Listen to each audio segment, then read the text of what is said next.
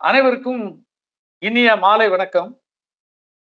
கண்ணதாசன் அவர்களுடைய 98வது பிறந்தநாள் விழாவை முன்னிட்டு இந்த நிகழ்ச்சியை நாம் ஒருங்கு செய்திருக்கிறோம். சென்ற வருடம் ஒரு கலந்துரையாடல் நடத்தினோம். அது பன்முக உரையாடலாக விரிந்திருந்தது. இந்த தடவை நாம ஒரு தலைப்பு கொடுக்கலாம் அப்படின்னு எனக்கு பட்டது. அதனால ஒரு தலைப்பு இருக்கட்டுமேன்னு ஒரு தலைப்பு வச்சேன். என் முகம் தெரியுதா? என்னுடைய முகம் தெரியுதா? இல்ல இல்ல. ஆமாங்க சார். தெரியலையோ?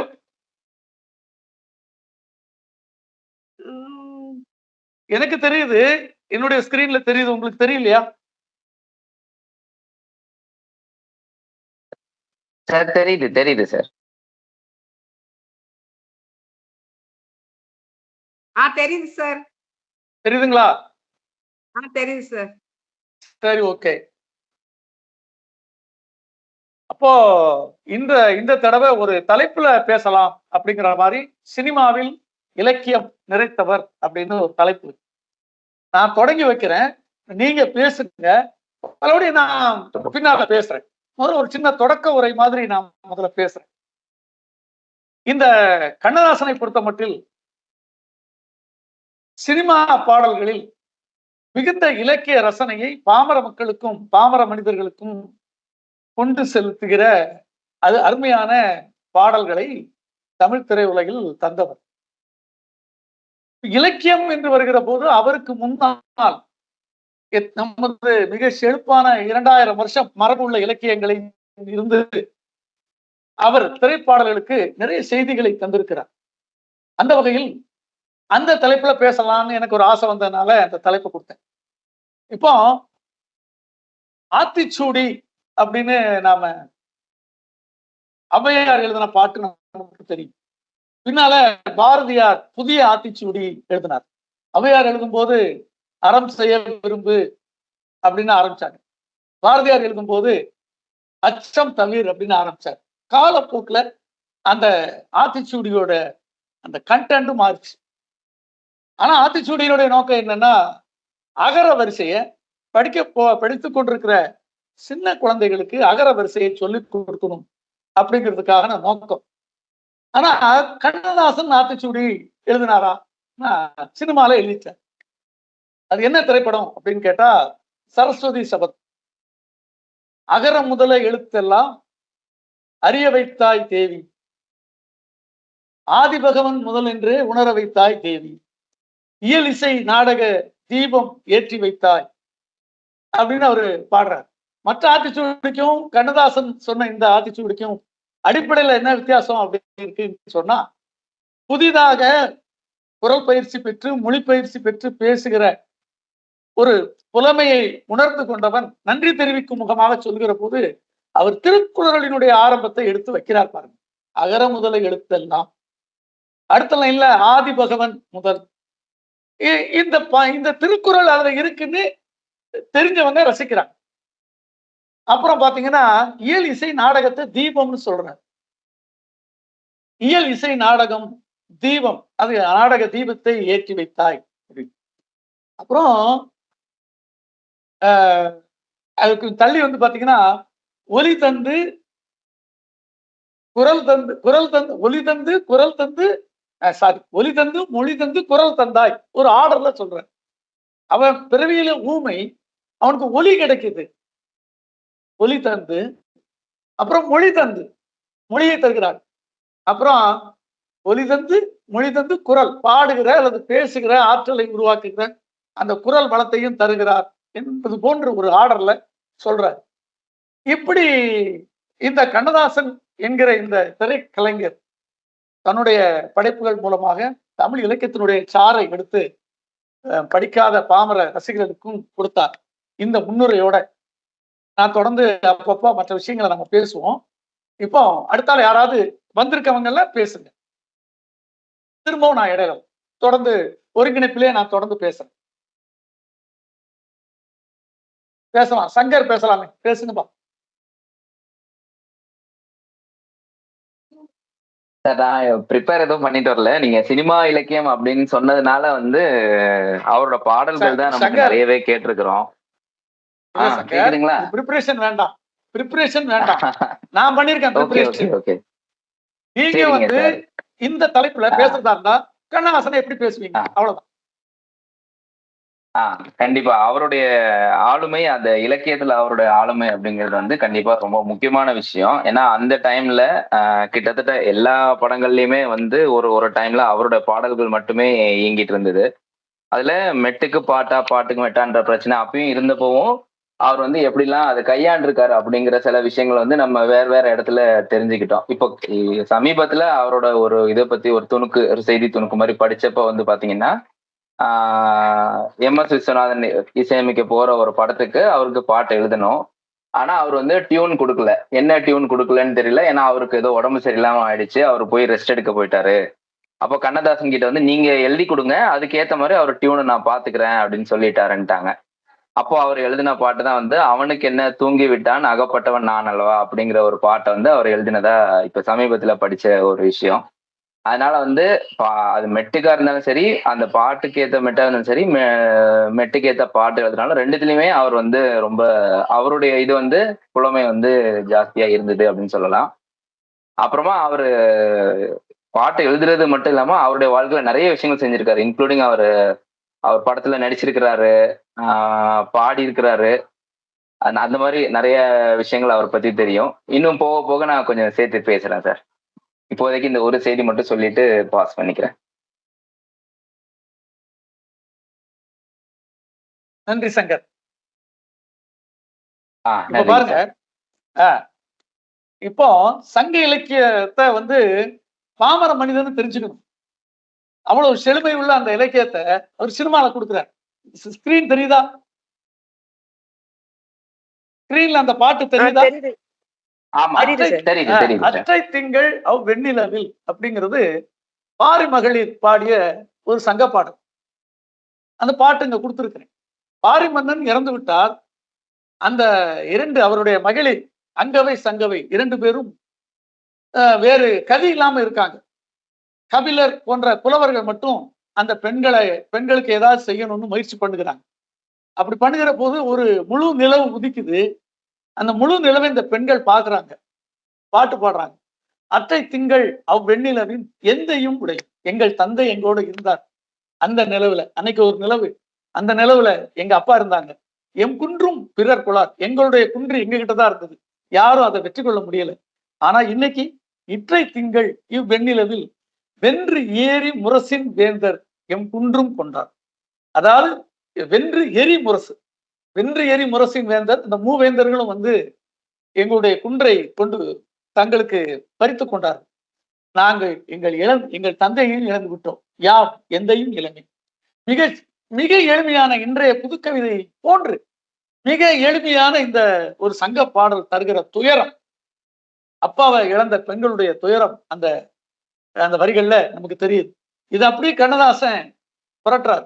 அன்றொரு நாள் இதே நிலவில் அவர் இருந்தார் என் அருகே, நான் அடைக்கலம் தந்தேன் என் அழகை நீ அறிவாயே வெண்ணிலவேன்னு ஒரு படத்துல அந்த பாட்டாக்குறார். இங்கே வந்து காதல் காதலி பிரிஞ்சிருக்காங்க.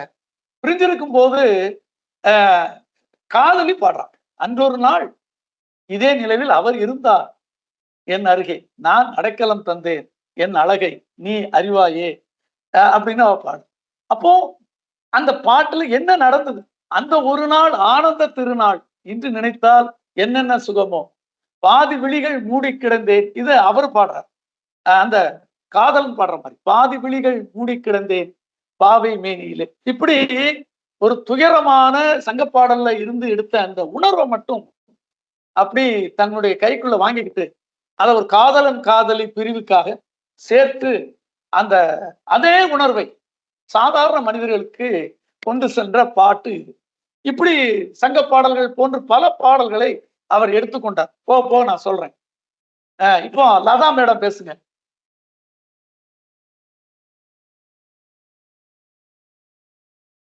சார் நான் எதுவுமே ரெடி ஆக்கி வரல சார். ஆனா ஒண்ணே ஒண்ணுதான், ஒரே ஒரு பாட்டு மாத்திரம் ஞாபகம் வரும் சார். அதாவது யான் நோக்கும் கால் நிலன் நோக்கும்ங்கிற அந்த குறள் வடிவத்துக்கு மாதிரி, நேற்று வரை நீ யாரோ நான் யாரோ அந்த பாட்டுல வந்து, உன்னை நான் பார்க்கும்போது மண்ணை நீ பார்க்கின்றாயே, மண்ணை நான் பார்க்கும்போது என்னை நீ பார்க்கின்றாயேன்னு சொல்லிட்டு அந்த லைன் அதுக்கு ஈக்குவலண்டா வர்ற மாதிரி ஒரு பாட்டு மாத்திரம் தான் ஞாபகம் வந்துச்சு சார். மற்றபடி அவரோட ஆனா நிறைய அவர் அந்த மாதிரி நீங்க சொன்ன இலக்கிய பாட்டை ஸ்கிரீன்ல போட்டிருக்கேன் பாருங்க.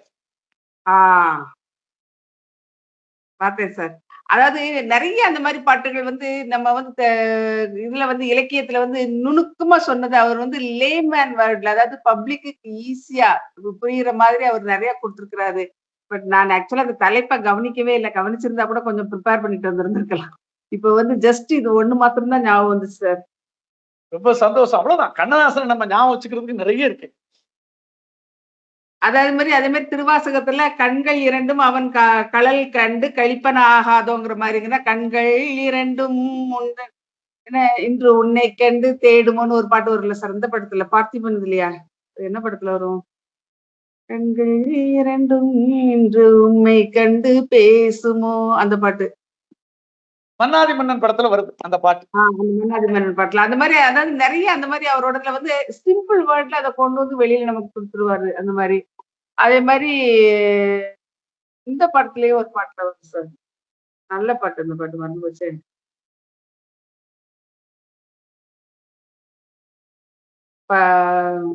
நான் பேச நினைப்பதெல்லாம் நீ பேச வேண்டும் அப்படிங்கிறது அந்த பாட்டும் ஏதோ ஒரு இலக்கிய சாயல்ல வருங்கிறது எனக்கு ஞாபகம் இருக்கு. பட் என்ன இலக்கியங்கிறது மறந்து போச்சு சார். நான் பேச நினைப்பதெல்லாம் நீ, அதான் மனதாலும் நினைவாலும் தாயாக வேண்டும், உன் மடி மீது விளையாடும் சேயாக வேண்டும் அப்படின்னு சொல்லிட்டு அது வரும் அந்த இடத்துல அந்த வார்த்தைகள். அந்த வார்த்தை வந்து ஏதோ ஒரு இலக்கியத்துல வருது சார். ஆனா எந்த இலக்கியங்கிறதெல்லாம் ஞாபகம் இல்லை சார். ஆனா அவர் பாட்டை ரசிக்க மாத்திரம் தான் சார் ரொம்ப தெரிஞ்சிருக்குது. வேற எதுவும் தெரியல. நீ உங்களை மாதிரி ஆழ்ந்த ஆராயல சார். ஆராய வேண்டாம். அது நமக்கு தெரிஞ்ச விஷயம். சின்ன எளிமையான பாடல்கள் அல்லவா? ஆமா, அதுதான். அதாவது மனதாலும் நினைவாலும் தாயாக வேண்டும், நானாக வேண்டும், மடி மீது விளையாடும் சேயாக வேண்டும் சொல்லிட்டு, அதாவது ஒரு இது ரொம்ப ஒரு அற்புதமான அந்த வரிகள் சார். ஆனா அந்த வரிகள் வந்து இலக்கியத்துல எதுலயோ ஒரு இடத்துல வந்து இறைவனுக்கு வந்து இறைவனை வந்து பாடும்போதும் வந்து தாயாவும் சேயாவும் வச்சு பாடுறது, அது மாதிரி காதலும் காதலிய தாயா சேயா வச்சு பாடுறது, இந்த மாதிரி நிறைய பாடல்களோட ஒற்றுமை அதுல வரும் சார். அதுல நிச்சயமா. வேற நன்றி. வேற யோசிச்சு வைக்கிறேன் சார். சொல்ல யோசிச்சு வச்சீங்கன்னா நம்ம பேசலாம். இப்ப பாருங்க, நான் இதுக்கு ஒரு தலைப்பு கொடுத்திருக்கேன். நீங்க பாட்டுக்கு பார்வை பாட்டுகள் அப்படின்னு. இந்த பார்வைங்கிறது வந்து வள்ளுவர் வந்து 10 பாட்டு பாடியிருக்காரு. அது பாத்தீங்கன்னா ஆண் கூற்றா இருக்கும். ஆண் கூற்று. ஆண் வந்து பெண்ணை பார்த்து பாடுகிற கூற்றுல ஒரு 10 பாட்டு. அதுல பாருங்க, இது ரொம்ப இயல்பான பாட்டு. யான் நோக்கும் காலை நான் பார்க்கிற பொழுது நிலன் நோக்கும். அவ வேற மாதிரி திரும்பி மண்ணை பார்க்கிற மாதிரி பாத்துக்கிறான்.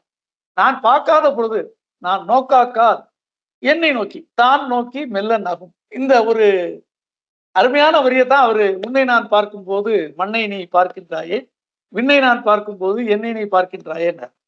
இதனுடைய சாயலை நீங்க இன்னொரு பாட்டு சொன்னீங்க, அந்த நான் பேச நினைப்பதெல்லாம். அதுலயும் பாத்தீங்கன்னா பேச்சு வேண்டாம், பார்க்கும்போது பேச்சு வேண்டாம், சொல்லாத சொல்லுக்கு விலை ஏதும் இல்லைன்னு அந்த பாட்டுல சொல்ற. மௌனத்துக்கும் விலை கிடையாது. அதைத்தான் இங்க வந்து இன்னொரு பாட்டுல பார்வை ஒன்றே போதுமே பல்லாயிரம் சொல் வேண்டுமா. எதுக்கு பேசணும், நீ பார்த்தாலே பல்லாயிரம் சொல்லுக்கு சமங்கிற மாதிரி. அடுத்த ஒரு பாட்டு பாருங்க, என்ன பார்வை இந்த பார்வை இடை மெலிந்தாள் இந்த பார்வை. இது சாதாரண அர்த்தமா என்ன செய்யுது, அவன் பார்க்கிறான், பார்வையினுடைய அந்த கூர்மை எல்லாம், அந்த பார்வையோட வீச்சு, இவ வந்து நாணத்துல தன்னை சுருக்கிக்கிட்டுதா இடை மெலிந்தாள்னு சொல்றாரு. ஆனா உள்ள பாருங்க, ஒரு தமிழ் வாத்தியார் இதை பார்த்துட்டு கண்ணதாசன் போய் சொல்லியிருக்காரு, அருமையா பாடிட்டு இந்த பாட்டு, என்ன பார்வை இந்த பார்வை இடை மெலிந்தாள் இந்த பார்வை. அதுல இடைன்னா அந்த பார்வைங்கிற சொல்லல, அந்த இடையின ரா போயிடுச்சு, பாவை ஆயிடுச்சு. இப்படி அழகா எழுதிருக்கீங்களேன்னு கண்ணதாசன்டே போய் சொன்னாராம் அவரு. கண்ணதாசன் சொன்னாராம், நானே இப்படி யோசிக்கலையே, எப்படி நீங்க யோசிச்சீங்க அப்படின்னு. ஸோ இந்த பாட்டை வந்து ஒரு படைப்பாளியினுடைய பிரதி வெளியே வந்த பிறகு ஒரு பார்வையாளன் பிரதிங்கிறது வேற மாதிரி. ஒவ்வொரு பார்வையிலையும் அது வெவ்வேறு உருவம் கொடுக்கும் அப்படிங்கிறதுக்கு அந்த இடைமெலிந்தாள் இந்த பாவைங்கிறத சொல்லலாம். இந்த பாட்டை பாருங்க, வண்ணப்பாட்டுன்னு எனக்கு ஒரு பேர் கொடுத்துருக்கு. மேல ஒரு பாட்டு இருக்கா? அந்த திரை தெரியுதாமா? சின்ன எழுத்தா இருக்கும் பாருங்க, திரை தெரியுதா உங்களுக்கு? வாசிக்க முடியுதா? தெரியுது. நான் வாசிக்க, அதுக்கு பின்னால நீங்க ஃபாலோ பண்ணுங்க. பொன் வண்ணம் எவ்வண்ணம் அவ்வண்ணம் மேனி பொதிந்து இயங்கும். அதாவது சிவபெருமானுக்கு பொன் நிறம், அது அவருடைய மேனில பொழிந்து நிக்குது. மின் வண்ணம் எவ்வண்ணம் அவ்வண்ணம் வீழ்சடை, அதாவது மின்னல் மாதிரி வண்ணம் காட்டுது அவருடைய அந்த சிவபெருமான்ல தலையில இருக்கக்கூடிய செஞ்சடை. அப்புறம் வெள்ளி குன்றம் தன் வண்ணம் எவ்வண்ணம் அவ்வண்ணம் மால் விடை. அவருடைய வாகனமானது அந்த விடை வாகனம், அது வெள்ளையா இருக்கு, அது வெள்ளி மலை மாதிரி இருக்கான், வெள்ளி நிறம். தன்னை கொண்ட என் வண்ணம் எவ்வண்ணம் அவ்வண்ணம் ஆகிய ஈசனுக்கு, எனக்கு மட்டும் உன் எண்ணம், என் மனசுல உன் நிறம் பல நேரமா தெரியுதான். இந்த நேரம்லாம் இல்ல, எத்தனையோ வண்ணங்களை நான் பார்க்க முடியுது உன் மேனிலேன்னு சொல்ற அந்த பாட்டு. இது 7ஆம் நூற்றாண்டுல சேரமான் பெருமாள் நாயனார் அவரு எழுதின பாட்டு. அந்த பாட்டுக்கு பொன் வண்ண அந்தாதி, பொன் வண்ணம்னு அந்த பாட்டு தொடங்குது, பொன் வண்ண அந்தாதி. இந்த பாட்டுல அந்த வண்ணம்ங்கிறத திரும்ப திரும்ப அவரு பயன்படுத்துறாரு. அடுத்தால கொஞ்ச நாள் கழிச்சு ஒரு 9ஆம் நூற்றாண்டுல வச்சுக்கோங்க, அடுத்த ஒரு பாட்டை பாடுறார்.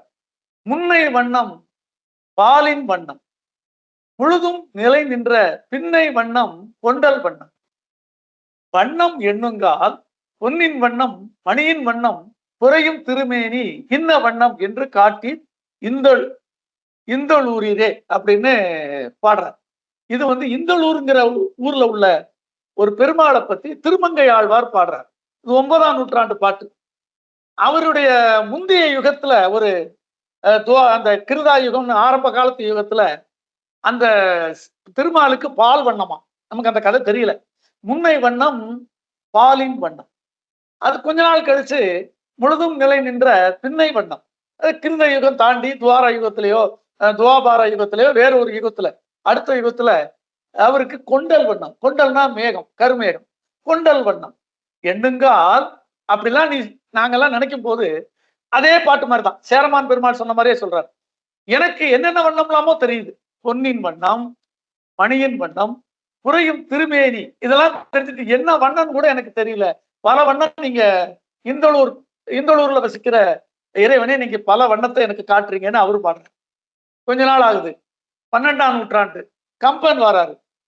இவ்வண்ணம் நிகழ்ந்த வண்ணம் இனி இந்த உலகுக்கெல்லாம் உள்வண்ணம் அன்றி மற்றோர் துயர் வண்ணம் உருவதுண்டோ, மைவண்ணத்து அரக்கி போரில் மலை வண்ணத்து அண்ணலே உன் கைவண்ணம் அங்கு கண்டேன் கால் வண்ணம் இங்கு கண்டேன். இது எப்போ இந்த பாட்டு? கைவண்ணம் அங்கு கண்டேன் கால் வண்ணம் இங்கு கண்டேன், இது எங்க வருதுன்னு சொல்லுங்க பாப்போம். யாராவது எந்த இடத்துல இது சொல்லப்படுது? கம்பராமாயணம். ஓகே, எந்த சந்தர்ப்பம்?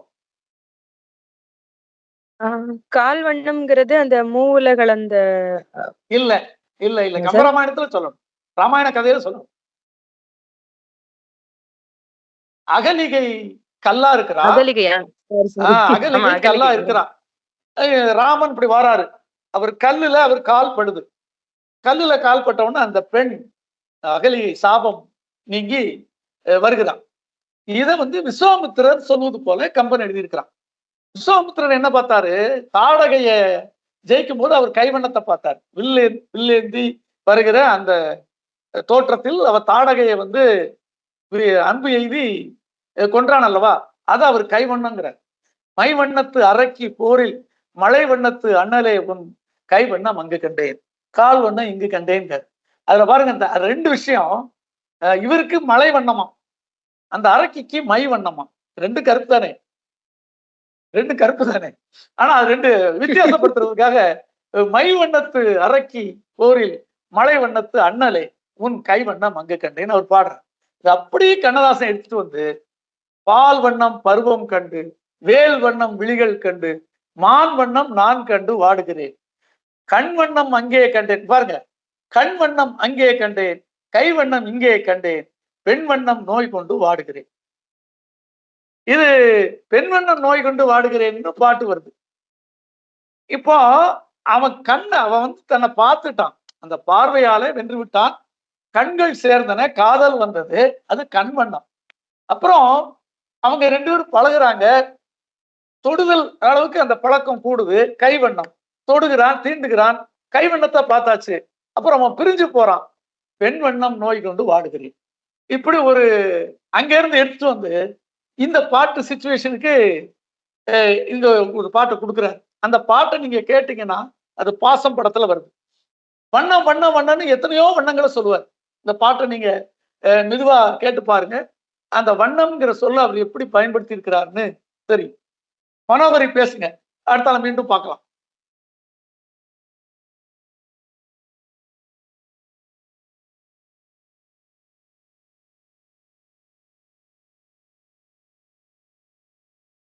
மனோகரி இல்லைங்களா, போயிட்டாங்களா?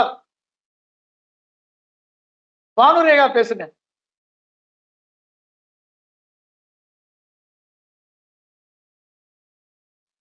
மனோகரி இருக்காங்களே? இருக்கேன். பேச அனைவருக்கும் சொல்லுங்க. வணக்கம். அனைவருக்கும் வணக்கம். பேசுங்க பேசுங்க. நான் வந்து அவரோட அவரோட அவரோட நடந்தது வந்து அவங்க மகன் பகிர்ந்துகிட்டதை மட்டும்தாங்க நான் உங்களோட பகிர்ந்துக்க போறேன். உங்க அளவுக்கு அந்த இலக்கியம்ல எனக்கு சொல்ல வரல. சொல்லலாங்களா? சொல்லுங்க, கேக்குது, சொல்லுங்க. Okay okay okay. அவரோட பாட்டெல்லாம் ரொம்பவே பிடிக்கும்.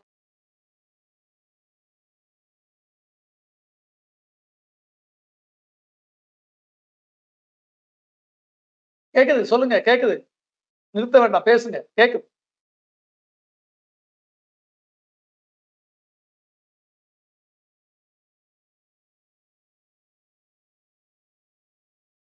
மனோகரி நின்னுட்டுது, உங்க பேச்சே கேட்கலையே, என்னாச்சு?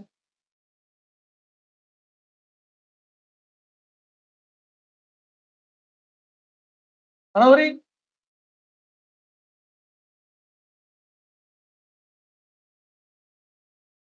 மனோகரிக்கு எதுவும் பிரச்சனை வந்துட்டா எனக்கு தெரியல, மற்றவங்களுக்கு எதுவும் தெரியுதா? இல்ல, அவங்க சத்தம் கேட்கவே இல்லை சார். அதான் திடீர்னு நின்னுடுச்சு.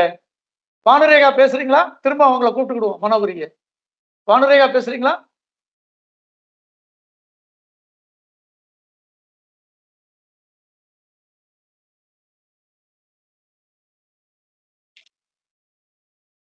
பானுரேகா மேடம்,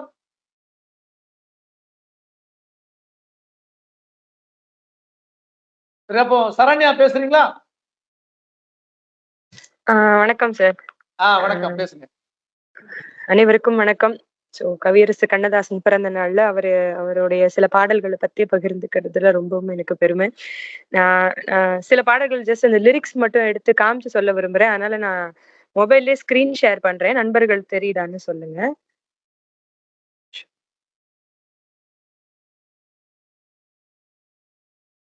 ஸ்கிரீன் தெரியுதுங்களா?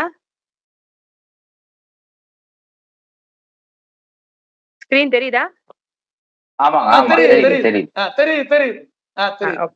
ஓகே. ஸோ எனக்கு வந்து பர்சனலா ரொம்ப பிடிச்ச கண்ணதாசனை வந்து காதல் பாடல்களும் நிறைய எழுதியிருக்காரு, தத்துவ பாடல்களும் இன்னும் நிறைய எழுதியிருக்கிறாரு. ரொம்ப பர்சனலா பிடிச்ச ஒரு 4 பாடல்கள் பத்தி மட்டும் சொல்றேன். முதல் பாடல் வந்து கண்ணதாசன் எழுதின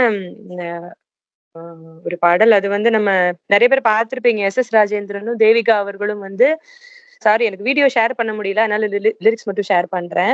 மேடை பாடல்ல வந்து ஒரு போட்டி பாடல் மாதிரி பாடுவாங்க. சோ அதை பார்த்திருப்பீங்கன்னு.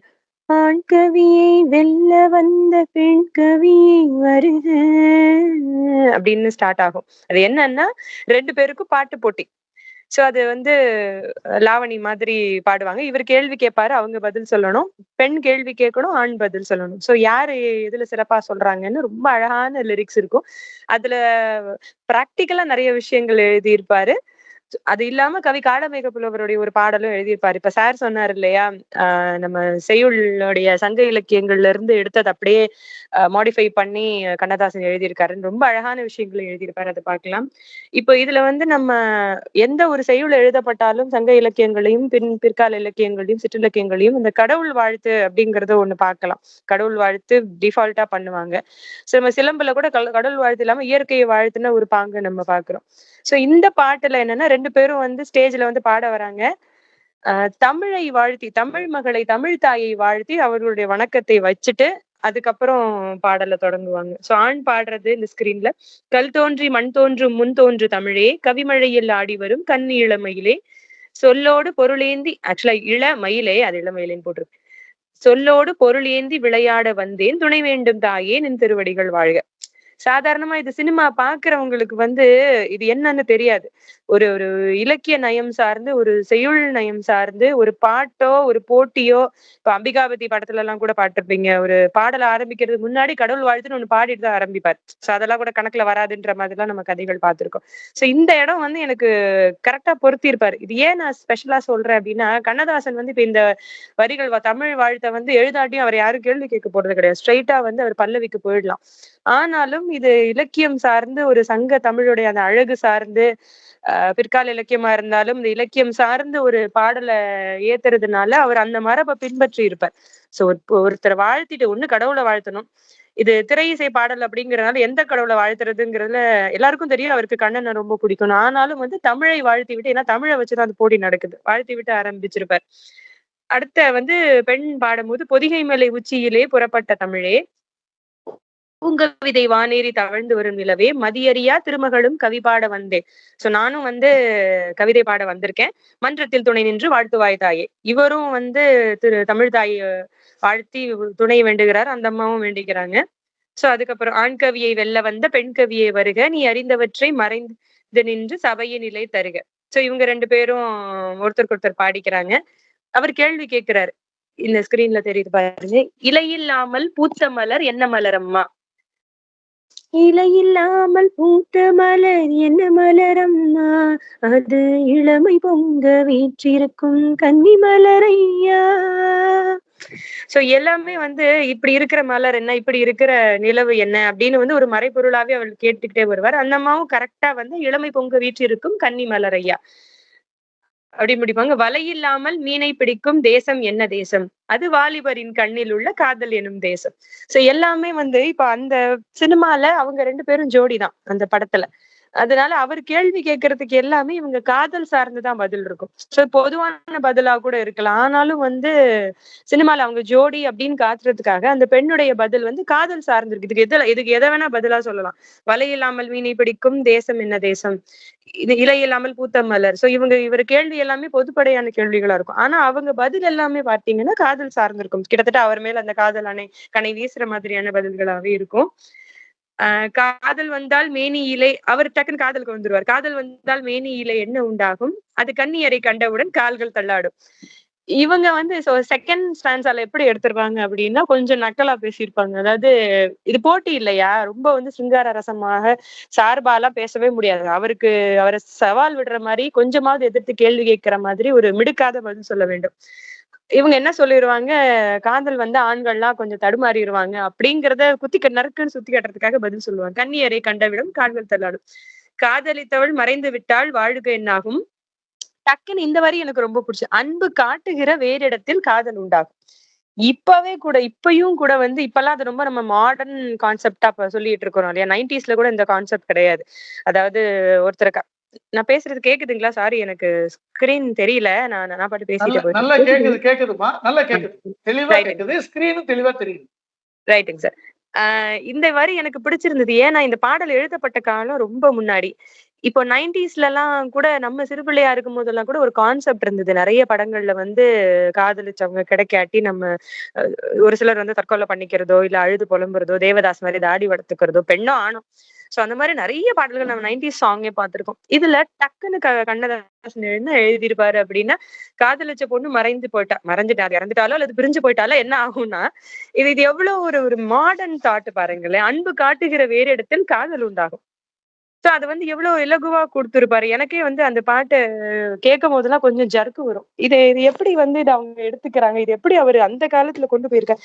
ஏன்னா இப்பவுமே கூட டக்குன்னு அத யாரும் ஒத்துக்க மாட்டாங்க. இப்ப யாராவது வந்து காதல் தோல்வியில இருந்தாலோ, டக்குன்னு வந்து ஓகே நீ வேற ஒரு பொண்ண காதலிப்பாப்பா அப்படின்னு சொல்லிட முடியாது. அது ஈஸி கிடையாது. அந்த கான்செப்ட்ட வந்து ஒரு திரை இசை பாடல்ல ஏன்னா எல்லாருமே அப்பெல்லாம் லிரிக்ஸ் கவனிப்பாங்க இல்லையா? இப்ப கூட ஒரே இரைச்சலா இருக்கு. அந்த காலத்து பாடல்கள் 60s, 70s, 80s பாடல்கள் எல்லாம் லிரிக்ஸ்க்கு ரொம்ப முக்கியத்துவம் கொடுத்த காலகட்டம். அன்பு காட்டுகிற வேறு இடத்தில் காதல் உண்டாகும்னு இந்த அம்மா டக்குன்னு அடிச்சிருவாங்க. இவரு திருப்பி ஒரு முறைதான் காதல் வரும் தமிழர் பண்பாடு. நம்மளுடைய நம்மளோட அந்த இதுக்கு வந்துருவாரு. ஒரு தடவை தானே காதல் வரும். ஒருவன் ஒருத்தி அப்படித்தானே நம்ம பேசுறோம். அதானே நம்ம பண்பாடு அப்படின்னு அவர் திருப்பி சொல்லுவாரு. இந்த அம்மா சொல்லுவாங்க.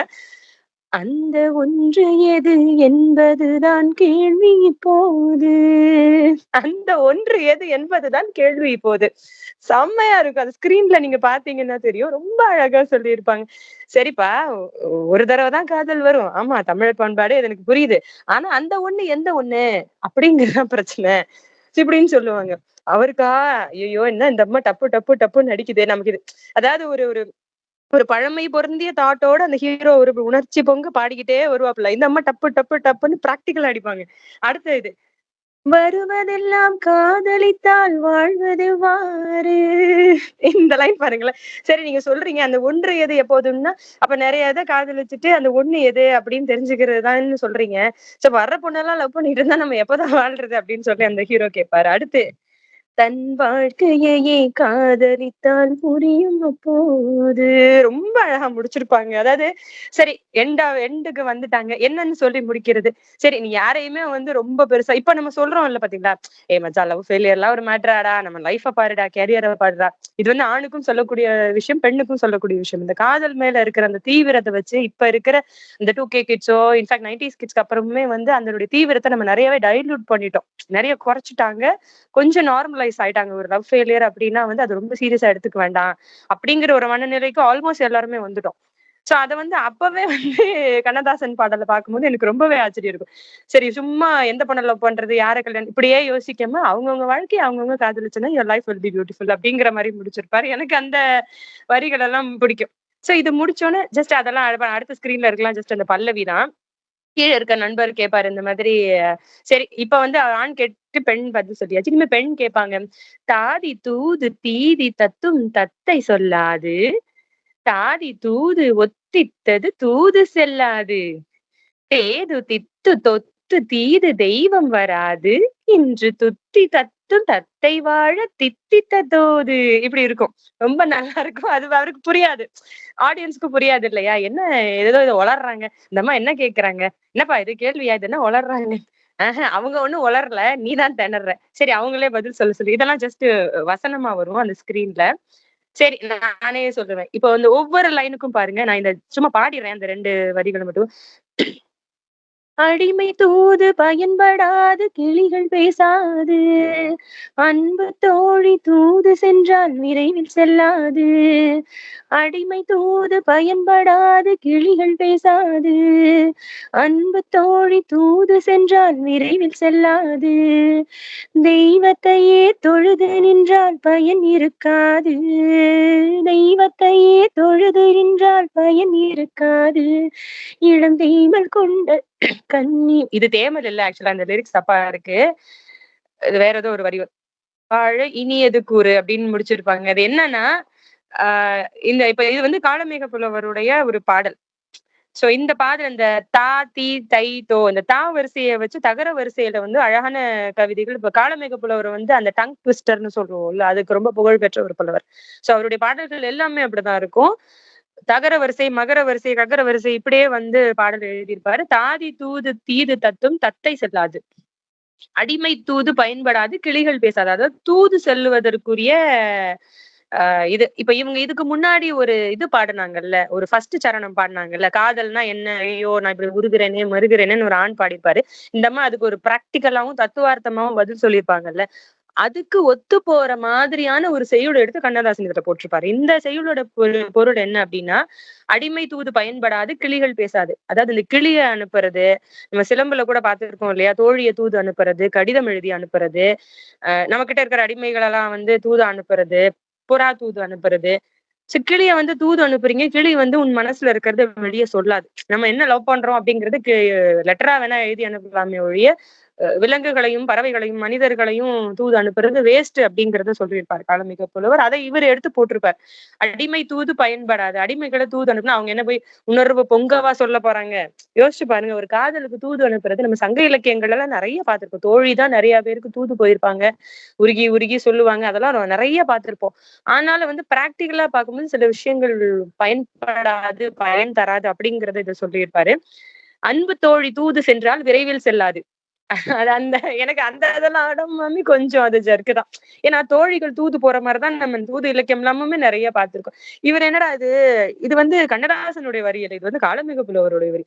சோ இவர் என்ன இப்படி எல்லாம் சொல்லியிருக்காரேன்னு சொல்லிட்டு அந்த அந்த பாடலை எடுத்து பார்த்தோம்னா அதுலயும் அப்படி அன்பு தோழி தூது சென்றால் விரைவில் செல்லாது, தெய்வத்தையே தொழுது நின்றால் பயன் இருக்காது. இப்ப சொல்றாங்கல்ல, என்ன பண்றது சாமி, என்ன காப்பாத்தி எப்படியாவது என்ன சேர்த்து வை. அதுக்கும் வந்து பயன் இருக்காது. நம்ம வாழறதுக்கு கடைசியா இவங்க ஒரு வழி சொல்லியிருப்பாங்க பாருங்க ஃபர்ஸ்ட் சரணத்துல. ஆஹ் தன் வாழ்க்கையை காதலித்தால் புரியும் அப்போதுன்னு இருக்கு பாத்தீங்களா? அதே வரியதான் கடைசியில எழுதியிருப்பாங்க. வரிகள் மாறிடுச்சு, இந்த இது சரியா இல்ல. இளம் காதல் கொண்ட கன்னி வாழ இனியது கூறு. சோ சாமியே வேண்டிட்டு இருந்தாலும் அவன் வேலைக்கு ஆகாதுப்பா தம்பி. கன்னிகள் வாழாத, கன்னிகள்னா பெண்கள் ஆண்கள் எல்லாரும் தான். எல்லாரும் வாழறதுக்கு பிரச்சனை இல்லாம வாழறதுக்கு ஒரு வழி சொல்லு போகுது. இந்த தூது விடுறதெல்லாம் வேலைக்கு ஆகும். மீனிங் ரொம்ப காதல் காதல்னு உருகாம நம்ம நம்ம லைஃப பாக்கலாம்பா. ரொம்பவே நான் ரொம்ப ரசிச்ச ஒரு பாடல். ஆனா இந்த பாடல் ஸ்கிரீன்ல பார்க்கும்போது ஒரு ஜாலியா இருக்கும். வாய்ப்பு இருக்கிறவங்க யூடியூப்ல எடுத்து பாருங்க. இன்னும் இன்னும் ஒரு ரெண்டு ஒரு ஒரு ஒன்னு ரெண்டு பாட்டு சொல்லிடலாமாங்க சார்? டைம் இருக்குங்களா? பேசுங்க பேசுங்க பேசுங்க. சரி. அப்புறம் வந்து இன்னொரு பாட்டு நம்ம திருவிளையாடல் படம் பார்த்திருப்போம், எல்லாருக்கும் தெரிஞ்சிருக்கும். அங்க முத்துராமன் சாரும் தேவிகா அம்மாவும் சேர்ந்து பாடின பாடல். பாண்டிய மன்னர் அவர் வந்து அந்த இந்த இது நடக்கும் இல்லையா, என்ன பாட்டு, தர்மி வழக்கு நடக்கும் இல்லையா? சோ அந்த மன்னர் வந்து அவருடைய அந்த புறத்துல அரசியோட இருக்கும் போது, பொதிகை மலை உச்சியிலே புறப்படும் தென்றல்.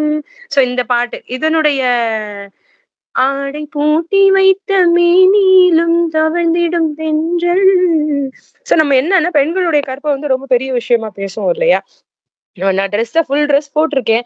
அப்படியும் பாரு இந்த ட்ரெஸ்ஸ மீறிட்டு இந்த தென்றல் வந்து உள்ள நுழைஞ்சிருது பாரு. இது ஏன் அவங்க பாடுவாங்கன்னா அவங்க கணவர் பக்கத்துல இருப்பாரு. சோ அவங்க கொஞ்சம் கடுப்பேத்துற மாதிரி, டெம்ப்ட் பண்ற மாதிரி அவங்க பாடுவாங்க. இது பாரு நீ இருக்கே பாரு, உன்னை மீறி வந்து என் ட்ரெஸ் போட்டிருக்கேன், அதையும் மீறி தென்றல். இந்த பாட்டு முழுக்கவே வந்து தென்றலை வந்து ஆணாதான் உருவகப்படுத்தி இருப்பாங்க. ரொம்பவும் நல்லாவும் இருக்கும். அதுக்கு அவர் சொல்ற பதிலும் ரொம்ப நல்லா இருக்கும். நான் ஆடை பூட்டி இருக்கேன், இருந்தாலும் உள்ள வந்துருச்சு பாருங்களேன் இந்த தென்றலுக்கு எவ்வளவு தைரியம். இந்த மாதிரி நிறைய பாடல் நம்ம பார்க்கலாம், சங்க பாடல்கள்லயே இருக்கு. என்ன மீறி வந்து உன்னை தென்றல் தொட்டுருச்சே, அதுல ஒரு சங்க பாடல்ல கூட வரும், என்ன மீறி உன்னை தொடுறதுக்கு தென்றலுக்கு மட்டும்தான் அனுமதி இருக்கு.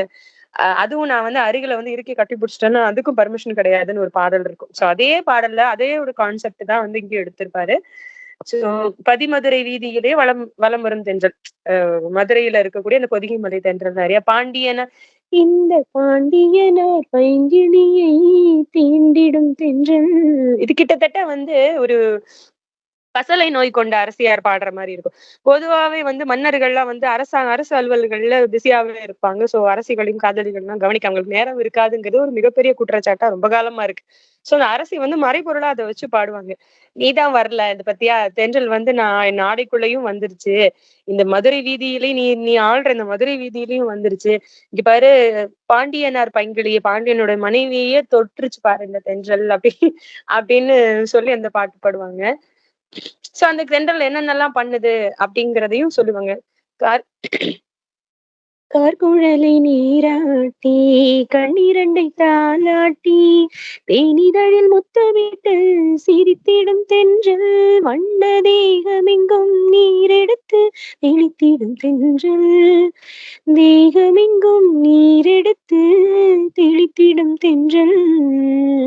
சோ இப்படி முடியும். இந்த தென்றல் என்ன நல்லா பண்ணுது? சரி, தெருக்குள்ள வந்துருச்சு, என் ட்ரெஸ்ஸையும் உள்ளேயும் வந்துருச்சு, என்ன பண்ணுது அடுத்து தென்றல்?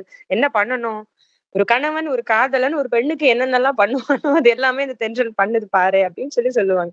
சோ கார்குழலை நீராட்டி, என்னுடைய கூந்தலை வந்து நான் அலசுறதுக்கு அந்த தென்றல் எனக்கு ஹெல்ப் பண்ணுது. கண்ணிரண்டை தாளாட்டி, எனக்கு தூங்க வைக்குது. தென்றல் காத்து நல்லா அடிச்சா நம்ம தூங்கிடுவோம் இல்லையா? சோ நான் குளிச்சுட்டு என்ன தூங்க வைக்குது.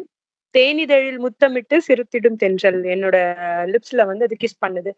வண்ணதேகமெங்கும் நீரெடுத்து தெளித்திடும் தென்றல். சோ இந்த சீன்ல இந்த வரிகள் வரும்போது அவங்க நீராடுவாங்க. சோ நீராடும்போது யாரையாவது பாடணும் இல்லையா? தனிமையில மேக்ஸிமம் நீராடுவாங்க. இல்லன்னா கணவர் இருப்பாரு, இல்ல காதலன் இருப்பாங்க. சோ இந்த இடத்துல வந்து தென்றல் தான் துணை அப்படிங்கிறனால, தென்றல் என்னென்னலாம் பண்ணுது, அதெல்லாம் என்னெல்லாம் பண்ற மாரி நான் கற்பனை பண்ணிக்கிறேன் அப்படிங்கிறத சொல்லி பாடியிருப்பாங்க. அது ரொம்ப அழகா இருக்கும். இங்க அடுத்த வரி பாருங்களேன். கட்டிலிலே சேர்ந்திருக்கும் காதலர்கள் மேனிலே வட்டமிட்டு பாதை தேடி மயங்கிடும் தென்றல் போக வழியில்லாமல் வந்த வழி சுழன்றிடும் தென்றல் வழியில்லாமல் வந்த வழி சுழன்றிடும் தென்றல். இந்த இடத்துல வந்து எனக்கு சிலப்பதிகாரத்துல இருக்கக்கூடிய அந்த வரிகள் ஞாபகம் வந்துச்சு. அதுல என்ன வரும் அப்படின்னா, மனையறம் படுத்த கதையில வந்து அவங்க கோவலனும் கண்ணகியும் வந்து புதுமண தம்பதியரா அவங்களுடைய அறையில இருப்பாங்க. ஒரு மாளிகையில இருப்பாங்க. மாடு மாளிகையில ஃப்ளோர்ல இருப்பாங்க. இதே வரிகள், இதே கான்செப்ட் அந்த சாளரம் மான் கண் போன்ற அந்த சாளரம் வழியா தென்றல் உள்ள வந்துருச்சு. எங்க போறதுன்னு அதுக்கு வழி தெரியல. சோ தென்றல பின்பற்றி வண்டும் வந்துருச்சு. அது குட்டியான கண்ணு உள்ள சாளரம் இல்லையா? உள்ள வந்துருச்சு. எங்க போறது தெரியல. சுத்திக்கிட்டே இருக்கு அந்த ரூம்ல. ரூம்ல பார்த்தா யார் இருக்காங்க? கணவனும் மனைவி கோவலனும் கண்ணகியும் இருக்காங்க. சோ அவங்களுக்குள்ள பூந்தாவது வந்துரலாமான்னு பாக்குது. தென்றல் உள்ள பூர முடியல. சோ அந்த அளவுக்கு கணவனும் மனைவியும் ஒன்றாக இணைந்து பிணைந்து இருக்காங்க. இது நம்ம நெறைய செயல்கள்ல நெறைய திரை இசை பாடல்கள் இருக்கு. தென்றல் நுழைந்து விட முடியாதபடிக்கு இறுக்கமாக அணைத்தான் அப்படிங்கிற வரி நம்ம நெறைய பார்க்கிறோம். வட்டமிட்டு பாதை தேடி மயங்கிடும் தென்றல் போக வழி இல்லாமல் வந்த விழி சுழன்றிடும் தென்றல். சோ எங்க போறதுன்னே தெரியல, சுத்திக்கிட்டே இருக்கு. அது இயற்கையான இது என்ன அப்படின்னா வந்து காதலர்கள் ஒன்னா சேர்ந்திருக்காங்க, தென்றல் அடிக்குது, அவ்வளவுதான். தொடர்ந்து தென்றல் அடிக்குது, அந்த தென்றல் வந்து ஓய்ந்து விடவில்லை அப்படின்னு சொல்ல வராங்க. அது நல்ல காத்து அடிக்குதுன்னு சொல்ல வர்றதுக்கு என்ன சொல்றாங்க, அந்த தென்றல் வந்துருச்சு, எங்க போறதுன்னு தெரியல, அதனால வந்து எங்க போறதுன்னு தெரியாம சுத்திக்கிட்டே இருக்கு அப்படின்னு சொல்றாங்க. அதாவது முதல்ல தென்றல் வந்து தன்னை அணைச்சதா சொன்னாங்க. அப்புறம் கணவன் கூட இணைஞ்சிட்டாரு. கணவன் வந்ததுக்கு அப்புறம் அந்த மாதிரி லைன் எப்படி பாடுவாங்க, இந்த மாதிரி கட்டிலே சேர்ந்திருக்கும் காதலர்கள் மேடையில. அடுத்து வந்து இந்த கணவன் இவ்வளவு நேரம் வாய் மூடிக்கிட்டு இருந்தால அவருக்கு பதில் சொல்லணும் இல்லையா? இவ்வளவு தைரியமா வந்து தென்றல் வந்து என்ன தொடுது முத்தமிடுதுன்னு ஒரு ஒய்ஃப் சொல்லும் போது ஹஸ்பண்ட் எப்படி சும்மா இருப்பாரு? சோ அவர் பதில் சொல்லுவார்.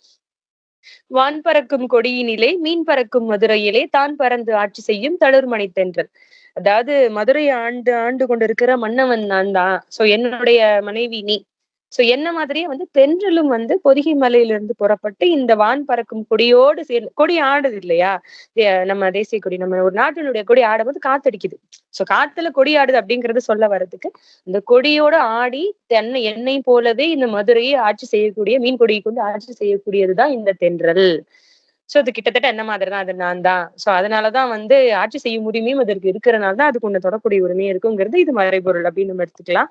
அது வான் பிறந்த போது வென்ற வாலிப தென்றல். சோ இது வந்து இளமையாக இருக்கக்கூடிய அந்த தென்றல் தான். சோ அந்த தென்றல் தான் உன்னை வந்து தொடுது அப்படிங்கறத சொல்ற. இது வேற யாரும் வந்து உன்னை தொட்டல, இந்த மதுரையை ஆட்சி செய்கின்ற என்னோட சேர்ந்து மீன்குடியோட ஆட்சி செய்கிற தென்றல் தான் உன்னை தொடுது அப்படிங்கறத சொல்லியிருப்பாங்க. அடுத்த ஒரு ஸ்டான்ஸா, கன்னியர்கள் மேனியிலே கலந்து வரும் வேளையிலும் தன்னுடலை காட்டாத தந்திர தென்றல் ஆளும் தென்னவர்க்கும் அஞ்சாத சாகச தென்றல். நம்ம உடனே ஓ அப்படியா சொல்ற வயவான வழுகி அப்படின்னு சொல்லிட்டு சரி அது என்ன தொட்டு தழுவிட்டு போயிடுது. ஆனா அது உடம்பு எப்படி இருக்குன்னு தெரியல பாத்தீங்களா? மன்மதனுக்கு ஒரு சாபமோ ஒரு இதோ இருக்கும் தெரியுமா? அவன் இருக்கிறது யாருக்கும் தெரியாது, உருவமே தெரியாம வந்துட்டு போயிடுவான்னு ஒரு இது சொல்லுவோம், ஒரு பழமொழி சொல்லுவோம், தொன்மம். அதே போல வந்து தென்றலும் பாருங்க, அது வந்துட்டு போயிடுச்சு. அது வந்த சூடும் தெரியல, போன சூடும் தெரியல. கன்னியர்கள் மேனியிலே கலந்து வரும் வேளையிலும், அதாவது என்னோட சேர்ந்து புணரும் போது, என்னோட இணையும் போது கூட தன்னுடைய உடம்பு அதை காட்ட மாட்டேங்குது. தென்றல் நம்ம கண்ணால பார்க்க முடியாதுல்ல, காத்து கண்ணுக்கு தெரியாது. பாரேன் நீதான் இருக்க, ஆனா அது வந்துட்டு போறது அது உருவமே தெரியல பாரேன் அப்படின்னு அந்த மாதிரி சொல்றாங்க. ஆளும் தென்னவர்க்கும் அஞ்சாத சாகச தென்றல். அரசனே இருந்தாலும் வந்து தென்பாண்டி மன்னவனே இருந்தாலும் வந்து உனக்கே பயப்படாம அது தன்னோட உருவத்தையும் காட்டாம எனக்குள்ள வந்துட்டு போயிடுச்சு பாத்தியா. எவ்வளவு அழகான ஒரு விஷயம் இல்ல. நான் அப்படித்தான் பாக்குறேன் இதை வந்து ரொம்ப சர்வசாதாரணமா இப்பெல்லாம் வந்து ஒரு ஒரு ஊடலையும் காதலையும் இயக்கத்தையும் எழுதிடுறாங்க. அது எவ்வளவு அழகா ஒரு பிராம ஏற்படுத்துற மாதிரி, எதிராளிக்கு இணைக்கு வலிக்காத மாதிரி எப்படி சொல்லணும், கொஞ்சம் நக்கலாவும் நறுக்குன்னு எப்படி சொல்லணும் அப்படிங்கறதெல்லாம் வந்து கண்ணதாசனுடைய நிறைய பாடல்கள் இருக்கும். சோ அதை நம்ம பார்க்கலாம். ஓகே, நான் ரொம்ப நேரம் பேசிட்டேன்னு நினைக்கிறேன். வேற யாராவது பேசுங்க. டைம் இருந்துச்சுன்னா நான் இன்னும் 2 பாடல்கள் சொல்றேன். நன்றி சார். ஸ்கிரீன் ஸ்டாப் பண்ணிருக்கேன். நன்றி.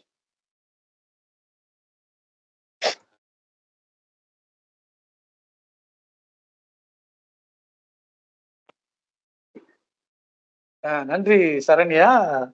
நீங்க 2 பாட்டு சொன்னீங்க இல்லையா? முதல் பாட்டுல வந்து அந்த இளமையிலே அப்படின்னு சொன்னீங்க. இது பின்னால நிறைய புலவர்கள் அதை ஃபாலோ பண்ணிருக்காங்க. ஆனா அந்த பாட்டுல பாத்தீங்கன்னா தமிழ வந்து இளமையிலேன்னு சொல்றாரு. தமிழ் தானே வணங்கினார் அவரு. தமிழ் வந்து இளமையானது. இளமயில், தமிழ் இளமயில், மயிலை போன்ற அழகுடையது இளமை. இந்த பாட்டுல பாருங்க, வான் பிறந்த போது வந்த வாலிப தென்றல். நீ இப்பந்தாண்டா வந்திருக்க பாண்டிய மன்னா, அந்த தென்றல் வாலிப தென்றலாவே இன்னும் இருக்கு. ஆனா இப்ப வரல. வானம் எப்ப பிறந்ததோ அப்பமே. ஆக ரசனையாக எழுத அந்த பாட்டு. அப்புறம் நீங்க சொன்ன அந்த வானம்பாடி திரைப்படத்தினுடைய கதை என்னன்னா, அந்த SSR நடிக்கிறார்கள் அந்த வாலிபன் வந்து தன்னுடைய காதலி இறந்திருப்பான். இந்த பொண்ணை 2வதா இவனுக்கு கல்யாணம் பண்ணி வைக்கலான்னு அந்த குடும்பத்துல ஒரு பேச்சு ஓடும். இவர் அந்த காதலை மறக்காம இருப்பார்.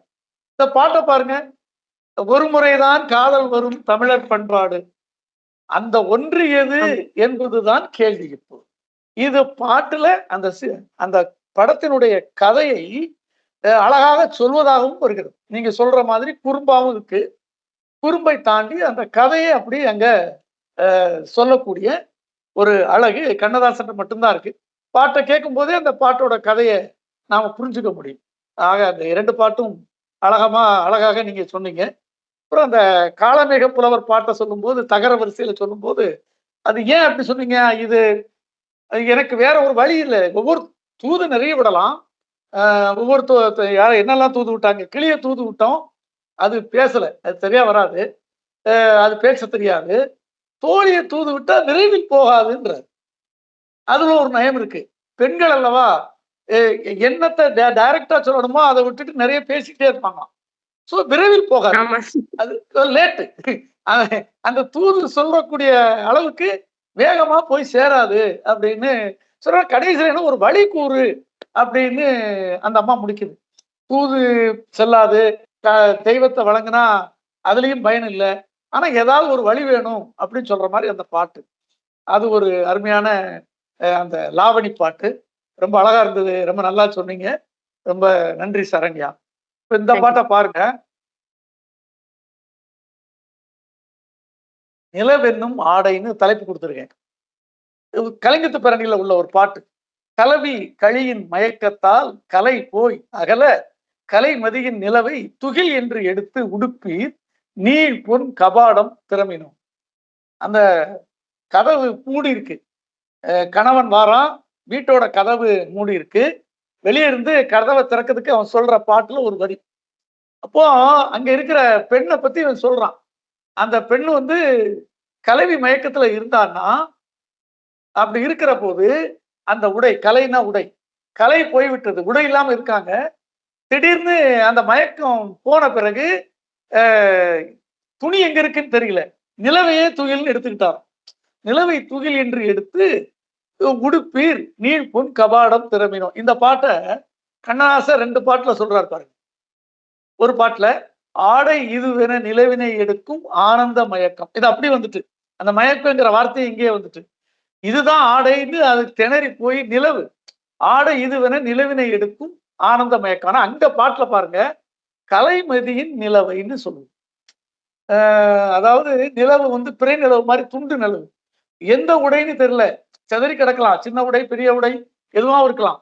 அவரு வந்து துகில்னு அதை சொல்லிட்டு துண்டு துகில்ங்கிற பொருள் வர்ற மாதிரி, இவரு எதுன்னு தெரியல, நிலவுதான் ஆடை, ஆடை இதுவென நிலவினை எடுக்கும் ஆனந்த மயக்கம் அப்படின்னு சொல்றாரு. இன்னொரு இடத்துல இன்னொரு பாட்டுல அது நிலவென்னும் ஆடை கொண்டாளோ அவள் தன் நிழலுடன் நின்றாளோ, குளிர் என்னும் வாடை கொண்டாளோ அவள் தன் கூந்தலில் மறைந்தாளோன்னு ஒரு இன்னொரு பாட்டுல அந்த நிலவின்கிற ஆடையா சொல்லக்கூடிய இன்னொரு பாட்டு. இது வந்து பாத்தீங்கன்னா அந்த அது நம்ம கலிங்கத்து பரணியில ரொம்ப அதிகமான ஒரு கத்தி முனையில கொஞ்சம் சொன்னாலும் விரசமா போயிடும். அப்படிப்பட்ட பாட்டு அது. அந்த விரசத்தை ஆனா அதே பொருளை தந்து மீண்டும் அது போன்று கத்தி முனையில நிற்பது மாதிரிதான். விரசத்தை உணர்த்தாது ஒரு சிங்கார ரசத்தை மட்டும் தருகிற மாதிரி அந்த பாட்டை அப்படி ஒரே லைன்ல. இதை முதல்ல நான் கேட்கிற போது இதுக்கு பொருளே எனக்கு புரியல.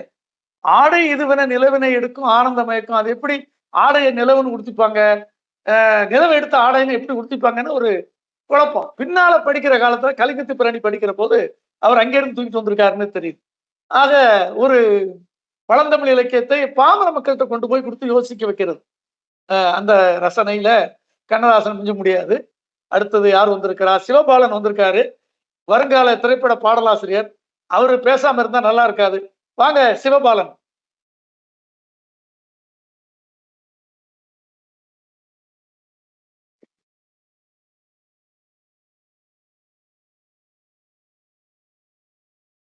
கேக்குதா? கேக்குது. ஹலோ, பேசு. சார் நான் வெளியே ரோட்ல நடந்துட்டே கேட்டுட்டு இருக்கேன் சார், பேச முடியாது, அதனாலதான் நான் வெளியே போயிட்டு இருக்கேன் ஃப்ரெண்ட்ஸோட. நீங்க பேச நல்லா இருக்குன்னு பட்டுதே. சரி சார், அதுதான் அந்த பிளானே இல்ல. நான் அப்படியே வெளியே வந்துட்டே அப்படி நடந்துட்டே இருக்கேன். அது ரொம்ப இறைச்சலா வேற இருக்கும், அதனாலதான் ஹெட்போன் போட்டு அப்படியே நடந்துட்டு இருக்கேன் சார். ஓகே. ரைட். எல்லாம் நல்லா பேசிட்டு இருக்கீங்க சார், அப்படியே நான் கேட்டுட்டு இருக்கேன் சார். சந்தோஷம். அடுத்தது யார் பேசுறா? வேற யார் இருக்காங்க? பானுரேகா இருக்காங்களா? மனோகரி அப்பத நீங்க பேசும்போது தடைப்பட்டது, இப்ப பேசலாமா? பேசுறீங்களா?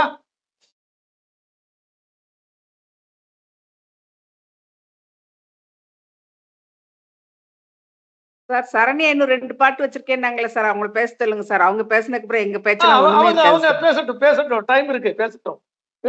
பேசுங்க சரண்யா. ஓகே. இன்னொரு பாட்டு, ஒரு நிமிஷம் ஸ்கிரீன் ஷேர் பண்ணிக்கிறேன்.